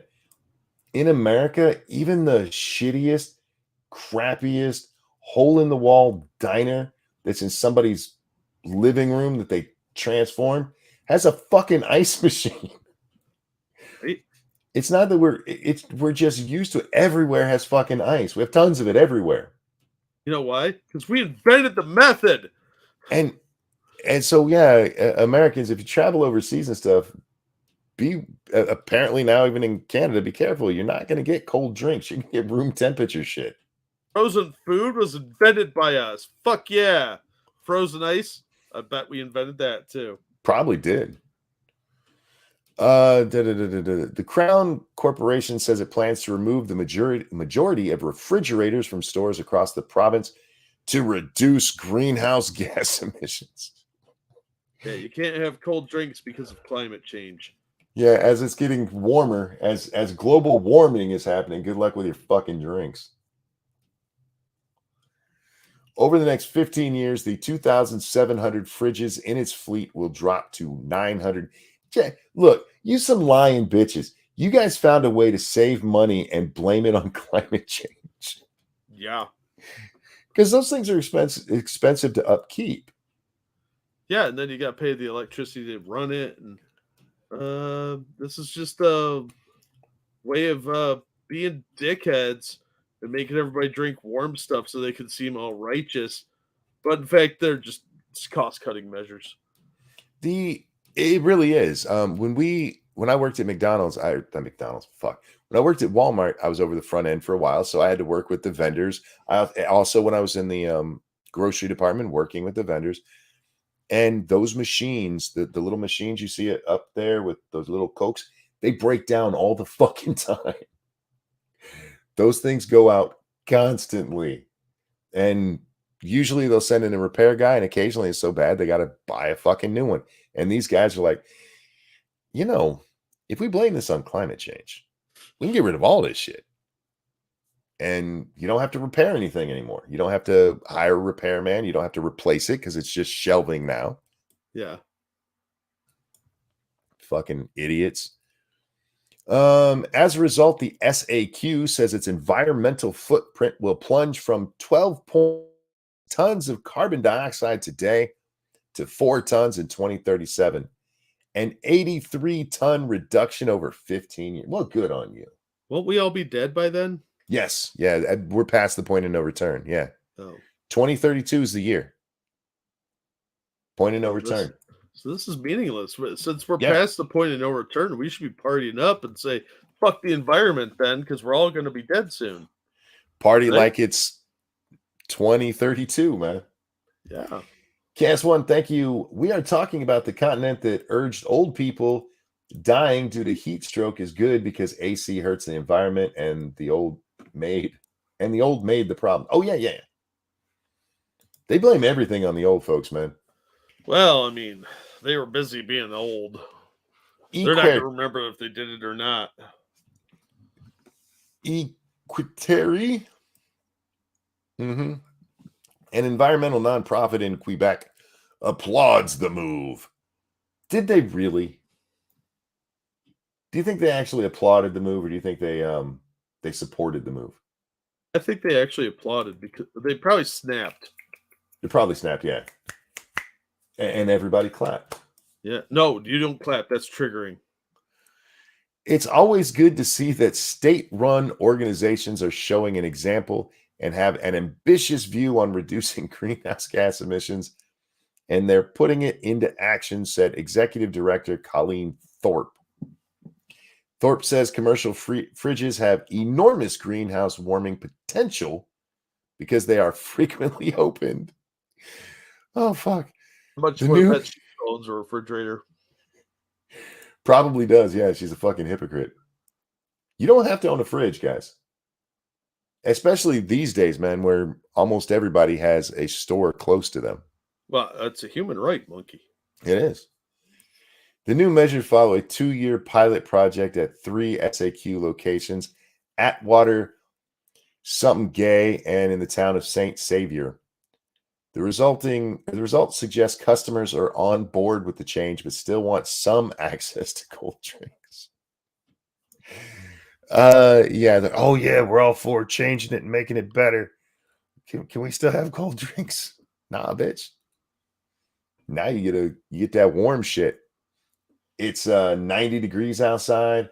The heat goes out, or the cooling goes out in the store, Jack. So it's 90 degrees in the store, and I just need something to wet my whistle. Have that nice warm Coke.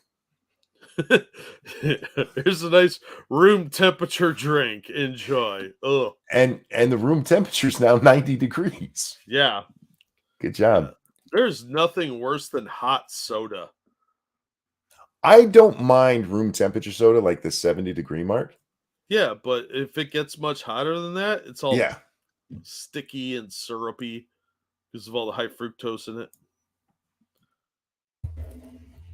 Anyhow, gonna suck for the French. Warm wine, no wine coolers. Hey, they did this to themselves. Yeah, and I feel no sympathy for Quebec. Sorry. I feel no sympathy for anybody who believes in this global warming bullshit, who puts themselves through misery. Fuck you for being a retard. But if I open the fridge, the planet will die. Do you guys realize I have an aside here, Jack. Never in the history of man have we been more capable of fighting nature. Now, that's not to mean we can stop everything, Jack. But we make buildings that stand during major earthquakes, and the building just goes, ooh, okay. We can heat, we can cool, we can reach out to somebody halfway around the world, be like, hey, what up, homie? We have never been in a better position to deal with the temperature going up 2 degrees. Yeah, well. And that's literally their thing. I want y'all to do something, all right? Go to your refrigerator, your freezer, right? Go to your freezer. Turn it down 2 degrees. Tell me if you can feel the difference. Seriously. I can definitely tell. When I turn the thermostat down to 72, it's just so hot. All right, I hear you. I hear you. If it's 90 outside and it's 72 in your house, it feels pretty nice. We're just a weird species that when it starts to feel cold, we need it to feel a lot hotter. And then when it's hot, we need it to feel a lot cooler because we're weird. We're not weird. We're just contrarian. But look at what's happened, like with Europe and stuff, right? You have, and Canada, old people knocking off because it's fucking warm as shit outside. It's hot as fuck, and they don't have air conditioning. You don't see that happening here because we can fight it. And like, no, we can't. We will not be able to deal with 2 degrees temperature. It's too it's actually, what is it, 2.7? I think it's either 2.7 or 2.4. It's warmed up 2.4. All right. For how long? Well, we're not real sure. This is true. You can look it up. Don't take my word for it. We've only been able to accurately measure temperature since about the 40s, the mid 40s. Until then, all of our temperatures are kind of guesswork. It's as close as we can get. You're full of hate facts, mister. So the warmest temperature ever is less than 100 fucking years. Dinosaurs had thermometers. You just don't remember. Oh my God. You don't even know. They're such scaremongering shitbags, man. It drives me insane. Be afraid.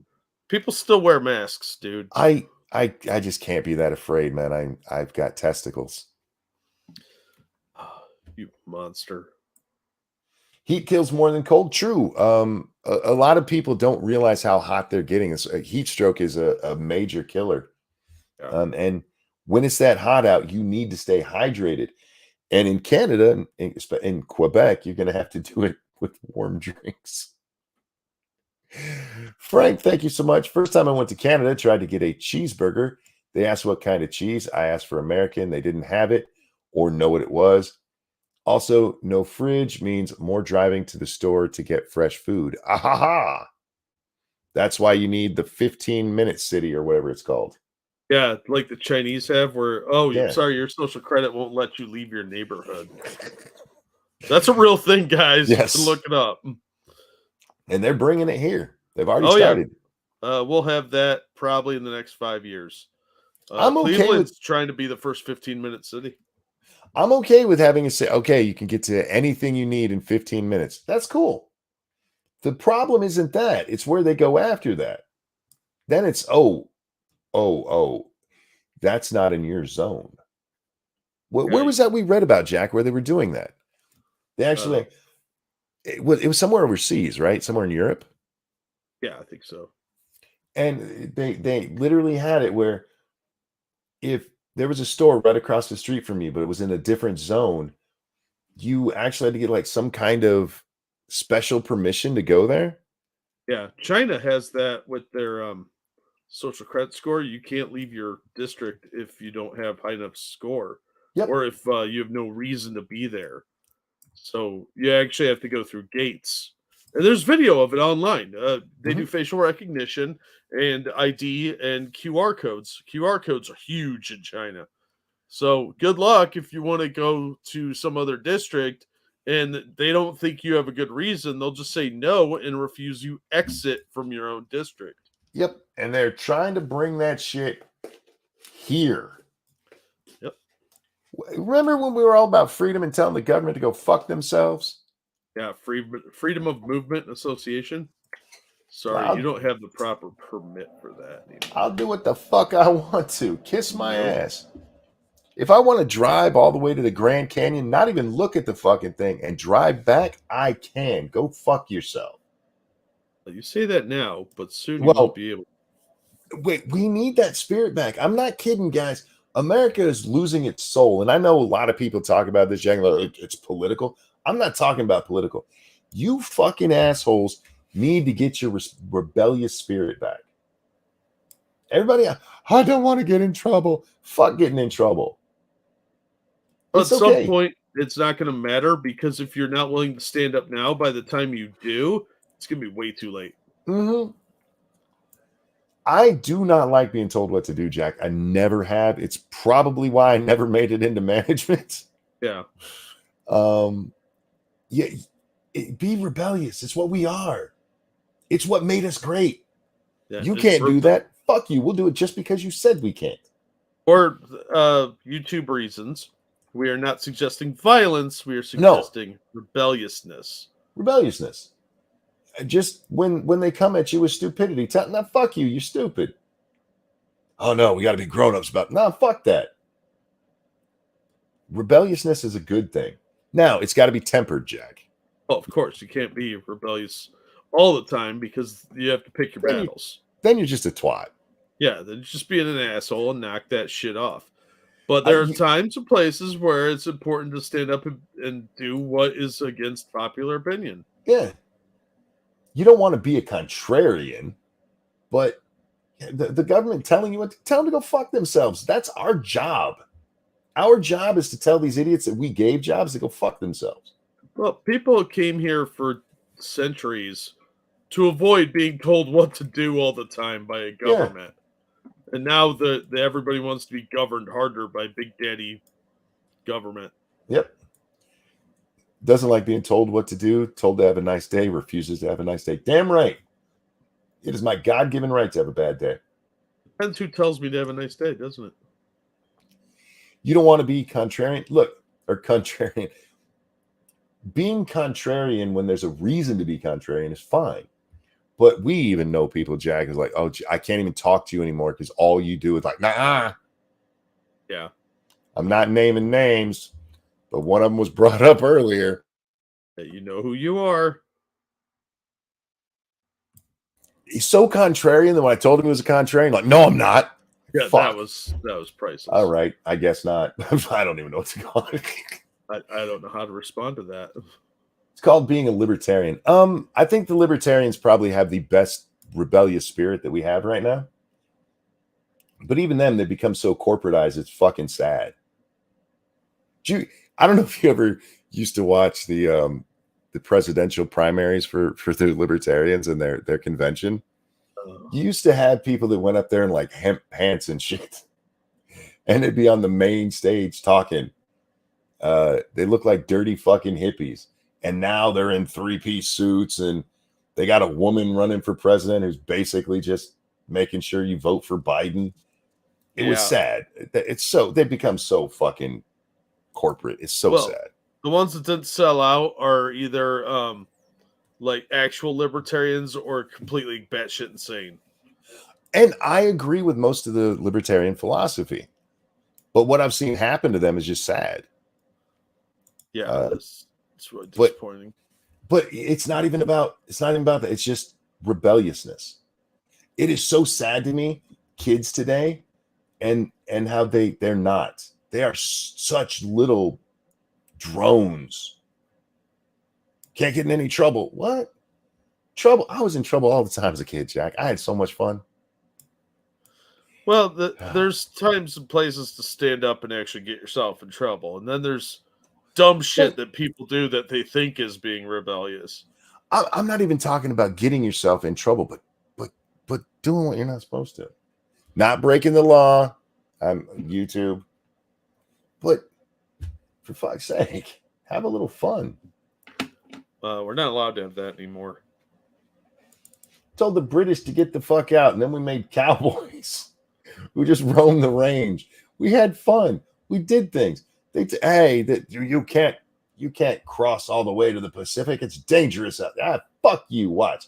We'll have two dudes and an Indian chick go do it. Oh my God. No, you got. Fuck you. We're American. We'll do whatever the fuck we want to do. And we need that spirit back. We have so many people out there. Well, we got to be part of the world. Fuck the world. They want to come hang out. Cool. But I'm not going to do what they want us to do just because they want us to do it. They can go fuck themselves. And I mean that sincerely. You don't want to be part of the world community? No, I don't give a fuck. I really don't. No, we left those guys because they weren't fun. I'll hang out with the Aussies because they seem to get it. Yeah. They're cool. You British folk, you're a little bit too uppity. For a bunch of drunks. JK's, thank you. Not being a cool guy here, but it does work. During C-19, I just ignored all mandates and went about my day. It worked. I didn't belittle anyone for their choice. I just didn't play and no one said or did anything. It works. Yeah. No, the Aussies are now sheep. There's a lot of them that fought back. I mean, but what can they do? They're disarmed, and that the whole social movement, Jack. You gotta be just like us. Fuck off. Yeah. The peer pressure to conform is one of the most dangerous things you'll ever encounter in life, because usually when people want you to conform, they're telling you not to think. Yep. It's exactly what they're doing. And yeah, go fuck yourselves. I'll do what I want. DEA issues dire U.S. warning of fentanyl mixed with flesh-eating tranq drug. I saw this shit. That's nasty. Yeah, it's pretty messed up. U.S. authorities warned this week of a sharp increase of fentanyl mixed with xylazine, I think is how you say that, a powerful animal sedative used in veterinary medicine known to cause open-skinned wounds so severe it can lead to amputation. Ew. Druggies, I get it. You're always looking for that better high, but really? Oh, man. I knew a kid in high school, Jack. He was so desperate to get high, he was basically Hunter Biden. Ooh. He tried to smoke everything, and I literally mean everything. If he could roll it, he would light it. Surprisingly, he didn't get high very often. Not even fentanyl is safe anymore, right? They've made fentanyl less safe. Who the fuck is doing this shit? George Floyd. The U.S. The U.S. DEA on Monday posted a post. I found them. Posted a public safety alert about the issue, writing that xylazine is making the deadliest drug threat our country has ever faced. Fentanyl, even deadlier. I don't know why people do this shit. I don't know why people do fentanyl. That shit's insanely dangerous. I mean, in America, I'm not going to read the rest if you're cool, because guys don't do fentanyl. Yeah, you get the point of the article. Just in the headline. You can go to, no matter what state you're in, you're not that far from a state that'll let you get legally high. Like if you're, I don't know if you guys are state, Jack, but if you're in, say, Ohio or Illinois or Idaho, not Idaho, Indiana and Wisconsin, I don't know if any of you guys can legally get it, but if you came to Michigan, you could, and it's not that long of a drive. Yeah, Ohio has medical marijuana now. Yeah, we have recreational, so come hang out. Yeah, I'm sorry. If you can't get weed, you either have a very tiny circle of friends or you're a cop. Because any asshole can find somebody that could get them weed. Sure. And now they're like, well, I need the bigger high. All right, I get you, but have you seen what they're doing with drugs these days? You're going to get fucked up. Why do you need that fucked up? I'm not a drug addict, so maybe that's why I don't get it, Jack. Yeah, maybe oh, fuck, what am I looking at? I don't know. Speaking of drug addicts, all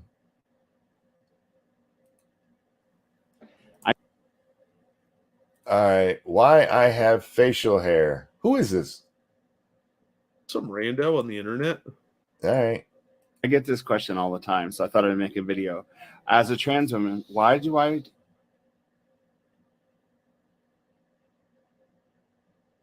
No. Nope. Sorry. You lost me. Listen to your bigotry, monkey. Painting your fingernails and growing your hair out a little bit doesn't make you a woman, homie. Oh, Riley would disagree with you, and you know it. I know, but Riley's a retard.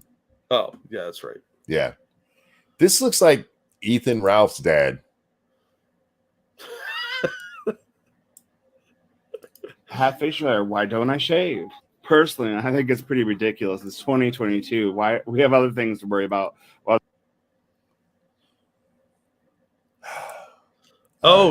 Dangerous is saying this is the dude that recently went to the all women's gym.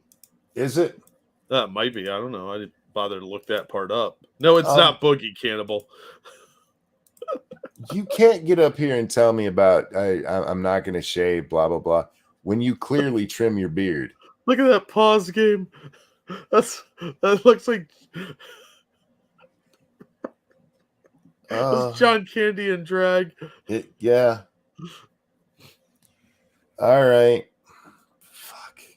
Other than why does a trans woman have facial hair? The thing I have to say is if you know somebody's trans and have facial hair, there might be a good reason for them to have it.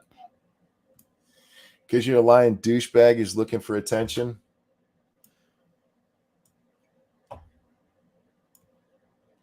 No.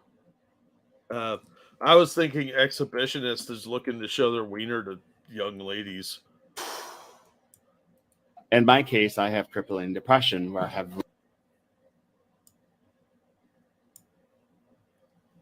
No. Yeah, nothing cures depression like growing a beard. Yeah, for any of you guys out there who are depressed, just grow a fucking beard. Apparently, according to the internets, that's how that works. In my case, I have crippling depression. Look, I have no doubt you have serious mental problems. Honestly, I'll go with you on that. But how the fuck does growing a beard help with depression? Through beard magic? Unless, by the way, great pause game again. Unless you're like really depressed because you can't grow a beard, and then suddenly you grow one, you're like, you know what I mean? Yeah, that's gender euphoria, right? I have crippling depression, so they won't let me have a razor, I guess. That actually would make sense. Michael Hatfield, hang on. It's your birthday. We'll come back to this in a second. I'm not singing happy birthday to somebody with that on the screen. Michael, happy birthday. This one's for you. And a 1 and a 2. Happy birthday to you. Happy birthday to you. Happy birthday, dear Michael. Happy birthday to you. Happy birthday, dude. I hope you have a great one. I really, really do. Absolutely. Of all the things we do on this show, singing happy birthday to people is one of my favorite. Oh. I really do like it. It started almost as a joke, way back in the Lord of the Night days, because I don't sing well purposefully. Oh, I got to tell you a story before we get to that fat retard again. Today, I got a Snapchat from the middle little.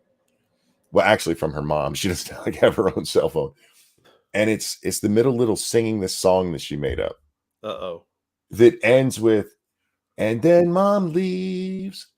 Like, that's weird. And so I sent her one back where I sing just that line.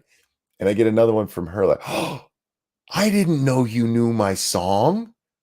It was so cute. Like, she was blown away because I sang the words she had just sung to me. It was the cutest little thing. That's adorable. I love having the grandkids, man. They are amazing, and they really do. It's like if you're playing a video game and your health is low and you find that potion and it just fills right back up. That's what the babies do. Anyway, Scribe singing ruined happy birthday for me. I think the point of happy birthday is never to actually sing it properly.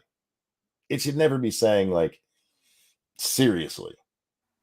It should be saying like you're having fun and you're so happy this person is alive and with you that you just can't control how ridiculous you sound. Well, I'll just cancel the barbershop quartet meeting then. Anyway, we got that fat retard left, don't we? All right. When last we joined Ethan Ralph, he was telling us that he's got crippling depression, and that's why he's got to have a beard and a mustache as a woman. In my case, I have crippling depression where I have little to no energy. And right now, it's a lot of work trimming your beard. Takes like 5 minutes. Look, he clearly trims his beard. She. No, I'm not. Listen to you. Sorry, you work at a spa or something. There's some of these that I'm just not. No, fuck no. Women can have beards, monkey. That's a feminine beard, is what that is. Don't be a monster. That's a lazy motherfucker who is just trying to get attention.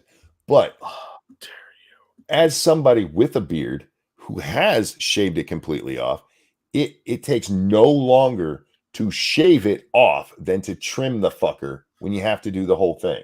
You're such a monster. I have crippling depression that makes me retarded. There's so much monster in what you're saying. Face, I just imagine right now they're thinking, orange Windex. I'm fighting for my life, having ECT done, having to leave my apartment. I've been out of my apartment in six. My apologies was really bad this winter. I went almost 3 months without leaving my home.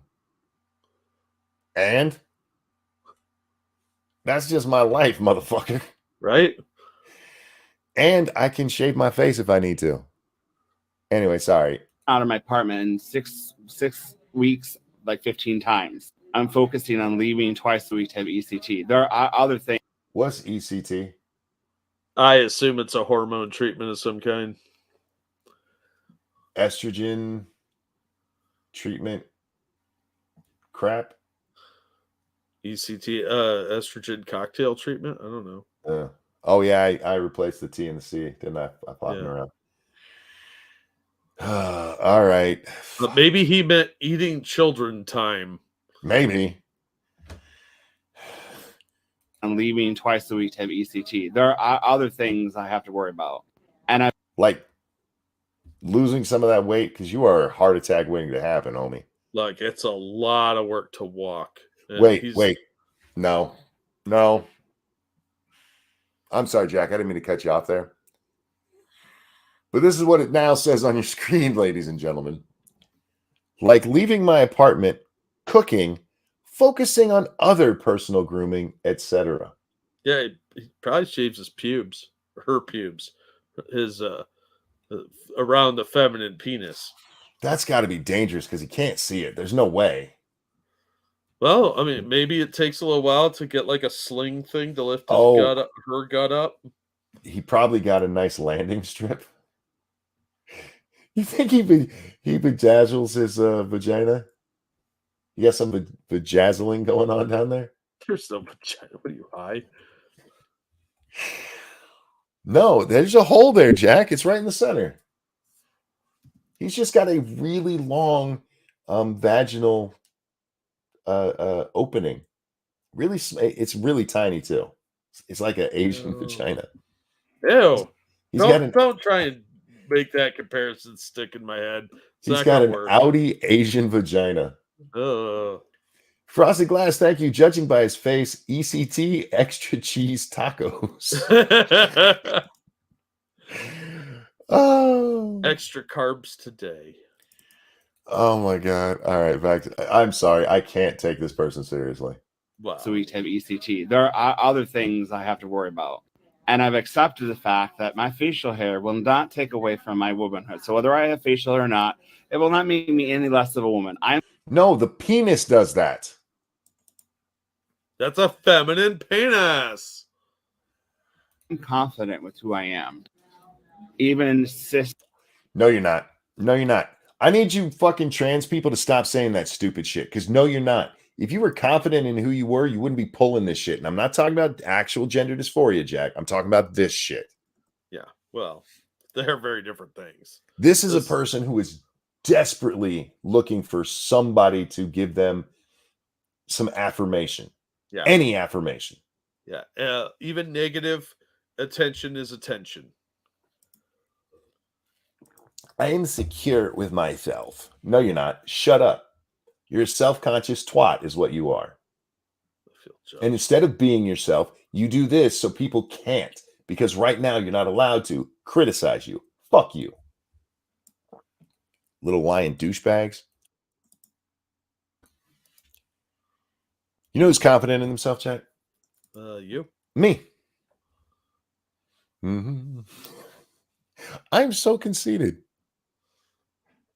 It's hard to be conceited when you're right, you know? Oh, Lord. It's hard to be humble. Women do have facial hair, though. Some, yes, but not like this. And in those cases, it's usually a hormone thing, which can be treated with, hormone replacement kind of stuff. Yeah. But for the most part, they just shave it off. Yeah. Usually around menopause, they start getting hairier. And you just shave it. No problem with it. But we had a thing not that long ago, maybe a year, 2 years ago, where articles started coming out about women who had facial hair and I'm just going to grow it from now on. All right, but kids are going to point and laugh. Or be terrified, one of the two. Yeah. You do you, by all means. But you looking like a freak so you can go, yeah, I am confident. No, you're not. You're just, I hate these fucking people, man. False confidence annoys me. Because you're lying and you're telling other people that they can be just like you, and it doesn't work. You're a fucking liar. You're making it worse. What you need is actual self-confidence, and you have none. Well, I think it goes beyond that, though. This is just attention seeking. Yes. It's the whole look at me society we've created is insanely dangerous. But notice how much of the look at me society is this shit. It's specifically stuff that you're not allowed to question. You're not allowed to mock. You're not allowed to do anything but go, oh, you're so brave. Well, that's the attraction of it, isn't it? Yeah. Mm-hmm. You get all of that attention and nobody's allowed to be mean to you. And when the Chinese overlords take over, oh boy. Oh, and if somebody is mean to you, the pushback they get, all of the people who come to your defense. How dare you?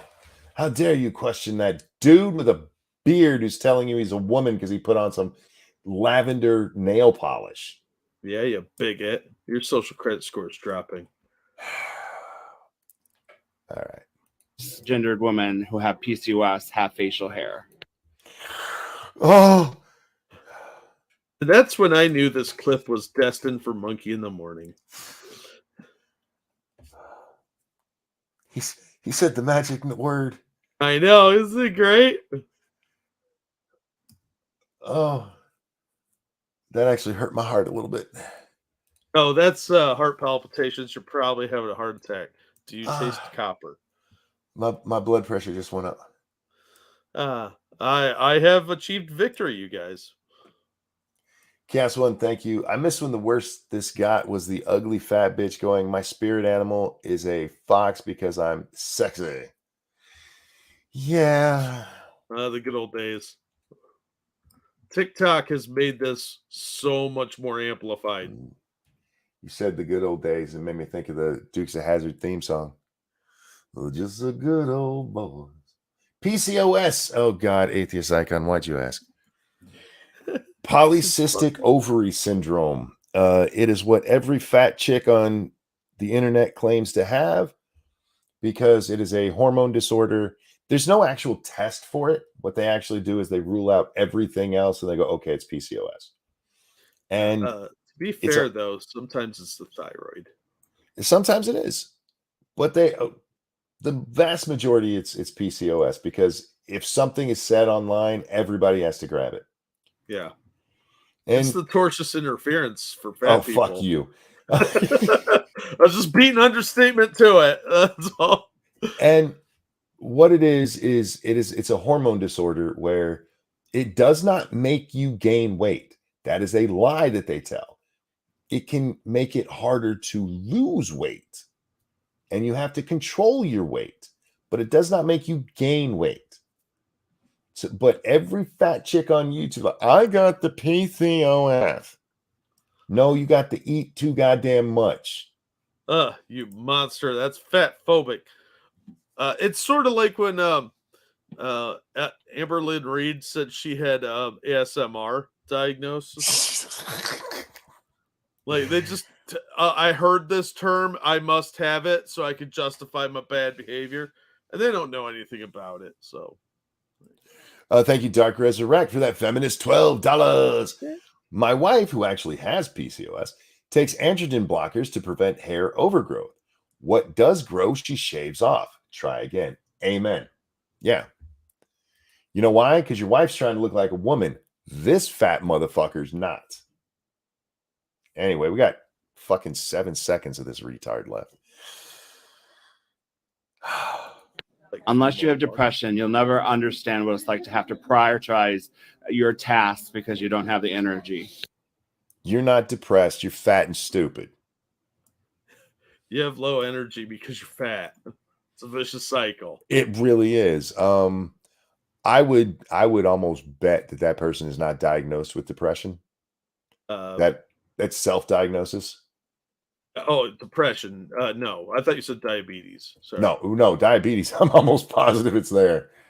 You can see it in the eyes. It was the fat that was rolling over it. You can see it in his eyes. It's shaped like candy corn. How you got fat eyelids, man? A lot of eating. God damn. They call that Pringles eyes. Yeah, you're not fucking depressed. And what you're doing there, see, Jack, the whole trans thing, the trans trenders, we've talked about this before. This is them wearing a mental illness. And this motherfucker's like, you know what? Fuck it. I'm going to take depression too. And I guarantee you this motherfucker has a video where they claim to be bipolar or what's the other one that they love? DID? No, not that one. Oh. Actual things. Bipolar or manic. Is it manic? No. Shit, I can't remember. But they have them. I got all this stuff. You ever been to a doctor? No. I read it on Twitch, Twitter, Tumblr, the T's. They always find it on the T's. I like that, trans trenders. I didn't make that up. That's been around for a long time, and it went away because you can't call them that. Bullshit. Yes, borderline personality disorder. That's the other one. Yes. They always have those. fucking lying piece of shit. You are wearing somebody's disease to get attention, you fuck nut. Yeah, look, mental illness is more often tragic than anything else. Yes. And if you know people or have seen people with these mental illnesses, it's horrific. Yeah. And it's not something I would wish on others. And people that have, like, if you ever see anyone with actual Tourette's, they are obviously suffering. Yeah, it's not fun for them. Yeah, they don't get to go out and make friends at little parties or hangouts and be like, oh my God, you don't believe how mentally ill I am. No, they're ashamed of it or they're upset by it and they're trying to just get by in life and you're making a fucking joke of it. Even one says, fuck you, I've had depression for years, but I don't whine about it, you lazy bitch. Yeah, if this person was that depressed and went to a doctor, they would try to find a way to fix it. And he mentions that he was on some drugs and didn't like it. So you learn coping mechanisms. Yeah. Yeah. These people both enrage me and make me happier about my life. Because I don't have to stoop to these kind of stupid shit. This sort of attention seeking to get people to talk to me. This is weird and stuff that you would see at like Wendy's right before closing where somebody decides they need a friend. Yeah. These are sad people. Now, the name that came through with this, is this what I'm supposed to read? Because I'm almost positive I know who this is, but it has a proper name on it. But anyway, thank you. Before I say it, if you're in chat, please, yes or no, if I'm supposed to read the first name. Thank you for the donation. My Chevron deference gave PCOS to my tortious interference. And it created stochastic terrorism. It did. It did. All the stochastic terrorism you could find. Jesus Christ, man. That fucking that does enrage me. Should. This is the kind of, I mean, these are things that people struggle with, and you're wearing it as a goddamn costume. So you can get some attention because you're fat and lazy. Yeah, I find it reprehensible that people do this crap. I did, when I first really started paying attention to this stuff, when I was watching videos back in the day, I was appalled by how many people were doing this stuff, but I was also surprised that they were willing to do this. Like the level of insult that you're doing to people with actual mental illness. It shocked me at first that people would be this blatant about faking it. And there were other people like propping them up. I don't think I was depressed, Jack, but I went through a very dark period there. We've talked about this. As bad as that was, I still don't feel like that was depression from what I've seen of other people with it. And I would never claim that because one, I wasn't diagnosed. And two, I've seen it. I've seen what these people go through. People in my family, Jack. It's not a fun time. It's not something you go out there and brag about on fucking TikTok. I'm too depressed to get up and do stuff. Bullshit. Your fat ass obviously gets up and goes to the fridge. How the fuck you can make it to the fridge and apparently wash other stuff because you say you do other grooming, although I did not see any fucking evidence of it. How the fuck you? Oh no, I'm too depressed to do anything but Pringles today. What? Fuck you, piece of shit. I still don't know if I'm supposed to say that person's name, so I'm just going to say thank you. Because usually if it comes through with a proper name, Jack, unless it's, somebody that's been in chat with that same proper name, I don't read it. Because sometimes things get mixed up. I did say somebody's name once and got a DM like, why did you say my real name? Like, because that's what it came through as. Yeah. And since then, I haven't done it. So this person really angers me, you and me both. So fuck that fat bitch. We're going to wrap up here, though, Jack, because we're almost at almost 2:40. Oh, well, before you do that, thank you, Evolved Potato. I was listening to Hunter Avalone video where when he came on stream as I was driving to university, I forgot how angry I could get. I was yelling at the video so much, people were looking at me from other cars. I've done that. Just look at them and start mouthing words that don't make any sense, and they'll think you're talking to them. Also, thank you, Dark Resurrect, for that feminist donation. On the topic of depression, I thought I had MDD for years. Only when I got diagnosed with ADHD and my doctor explained my issues that it made sense. I was stressing over not getting everything I needed done. Depression isn't a get out of jail free card. Absolutely true. Thank you, Buster's Outlaw. I've never had depression, just isolation for Jack. Well, thank you. That's for you, actually. So thanks, Buster. I don't suffer from depression. I suffer from expansion. Yeah, you and me both, man. Yeah, well, trust me, it gets worse as you get older.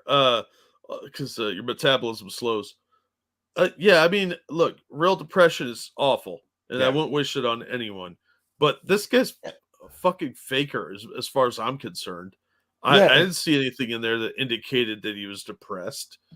I just want to be clear here. I'm not saying nobody's depressed. I've seen it, and I'm not, Paul Joseph Watson. Depression isn't real. It is. But a lot of people great impression. Huh? That was a great impression. Thank you. A lot of people who claim to have depression have never been diagnosed. And at worst, they're actually just sad. And what they really are usually is just bored with their fucking lives. That's not depression. Depression is debilitating. Yeah.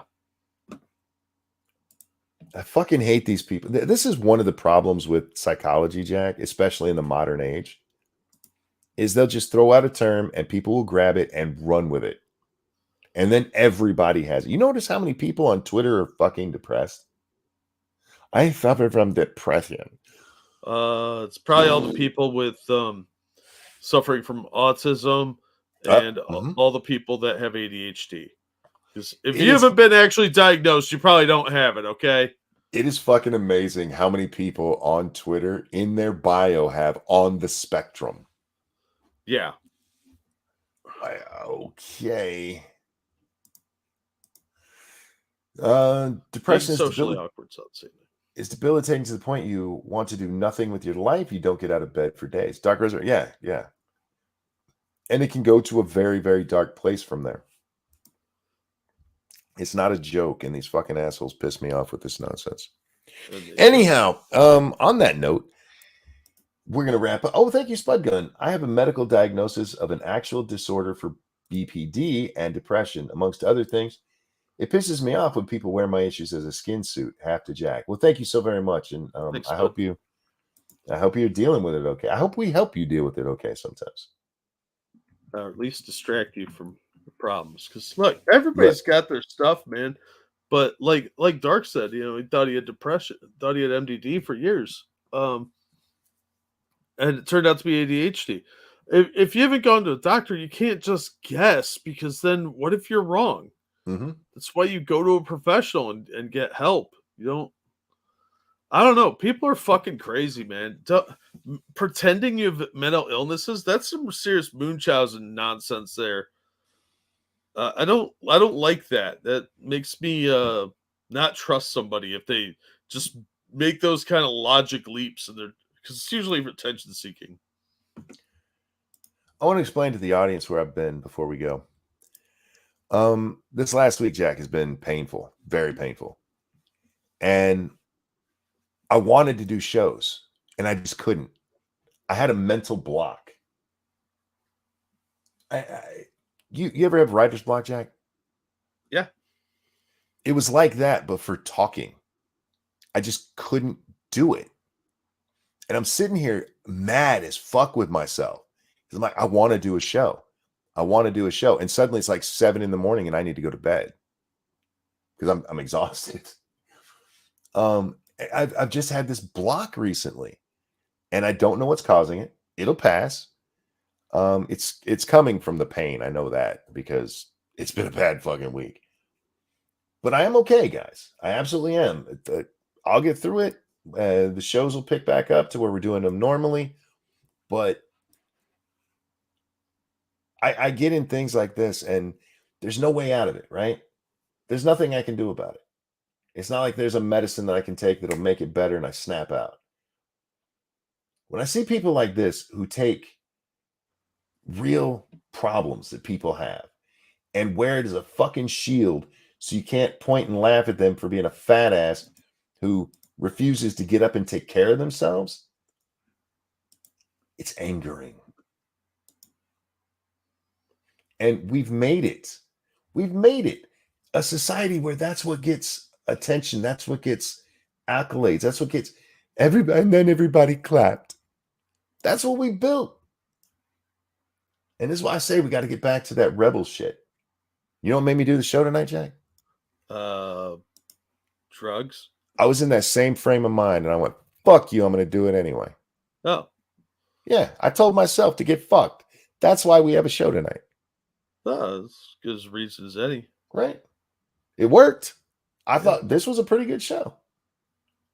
Yeah. Yeah. Well, all our shows are pretty good. Let's be honest. That's true. But I really enjoyed this one. I had a lot of fun. And yeah, sometimes I have to tell myself, fuck you. Stop being an ass. Get your bitch ass up. And that's how I know it's not depression, Jack. Because that doesn't work on people who have actual depression. That's true. Yeah. I just had my brain is having a problem processing what's going on with my body.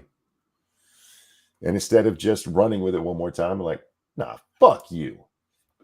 America. Fuck yeah. We need to get back to that desperately. Anyhow, thank you guys for watching, showing up, and hanging out with us. It's always a pleasure to come and talk with you guys. Thank you so very much for the donations. You guys are so, so kind. Fur and Kitten, thank you so much. What's brown and sticky? A shitty stick. Boop, you're it. All right. I guess so. Yeah, fair enough. Well played. The problem with that is Peanut one day heard a joke and she told a joke and she said, what's hard? A stick? And it was the cutest little joke ever. But anyway, Jack, anything you want to show? I'll drop a link to a cool video of sorts. As always, thank you so much for the support you give us, all the donos. It really does help, keeps us going. And we like eating because we're both fat. That's true. That is true. This coming week, I don't know what the schedule will be. I'm just going to let you guys know I have stuff going on. So if I don't do a stream, it's probably related to that. That'll be starting Saturday, Jack. Maybe Sunday. Depends. I have real life stuff, Jack.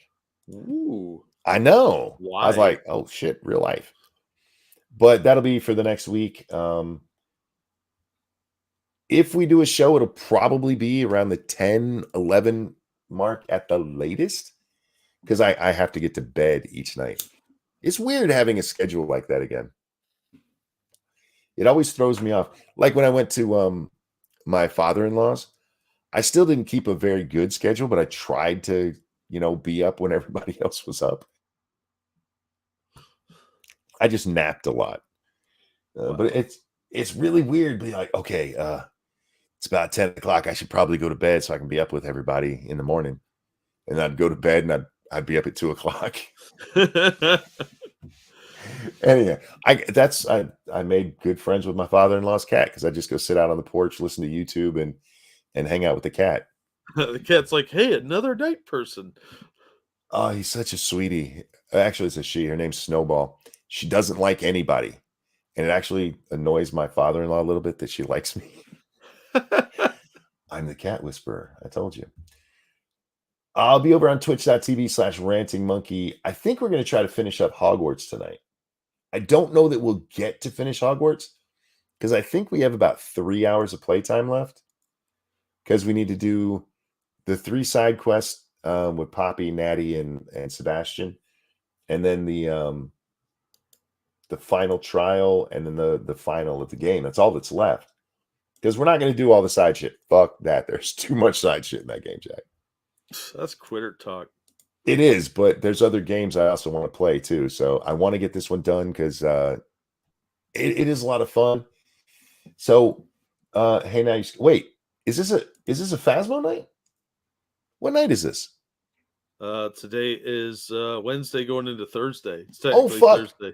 I apologize. No. There's no Hogwarts tonight. We're going to be playing some Phasmo. Oh, hold up. Hold that thought. Thank you, Furry Kitten. What's sticky and brown? Shit. Or shite, specifically. Thanks, Furry. That's generous of you. Fair enough. Yeah, I'm so sorry, guys. I thought this was Tuesday night going into Wednesday. Yeah, we're playing Phasmo tonight. Sweet. Every day's the weekend when you're unemployed. Fair enough. So, guys, thanks for hanging out with us. Jack, a pleasure as always, my friend. I'm always glad to be here. Everybody, have a wonderful night. Take care of yourselves, and we'll see you next time. Bye, everybody. This is the song at the end of the show. It's kind of cold outside, but there's no snow. That's not what you thought.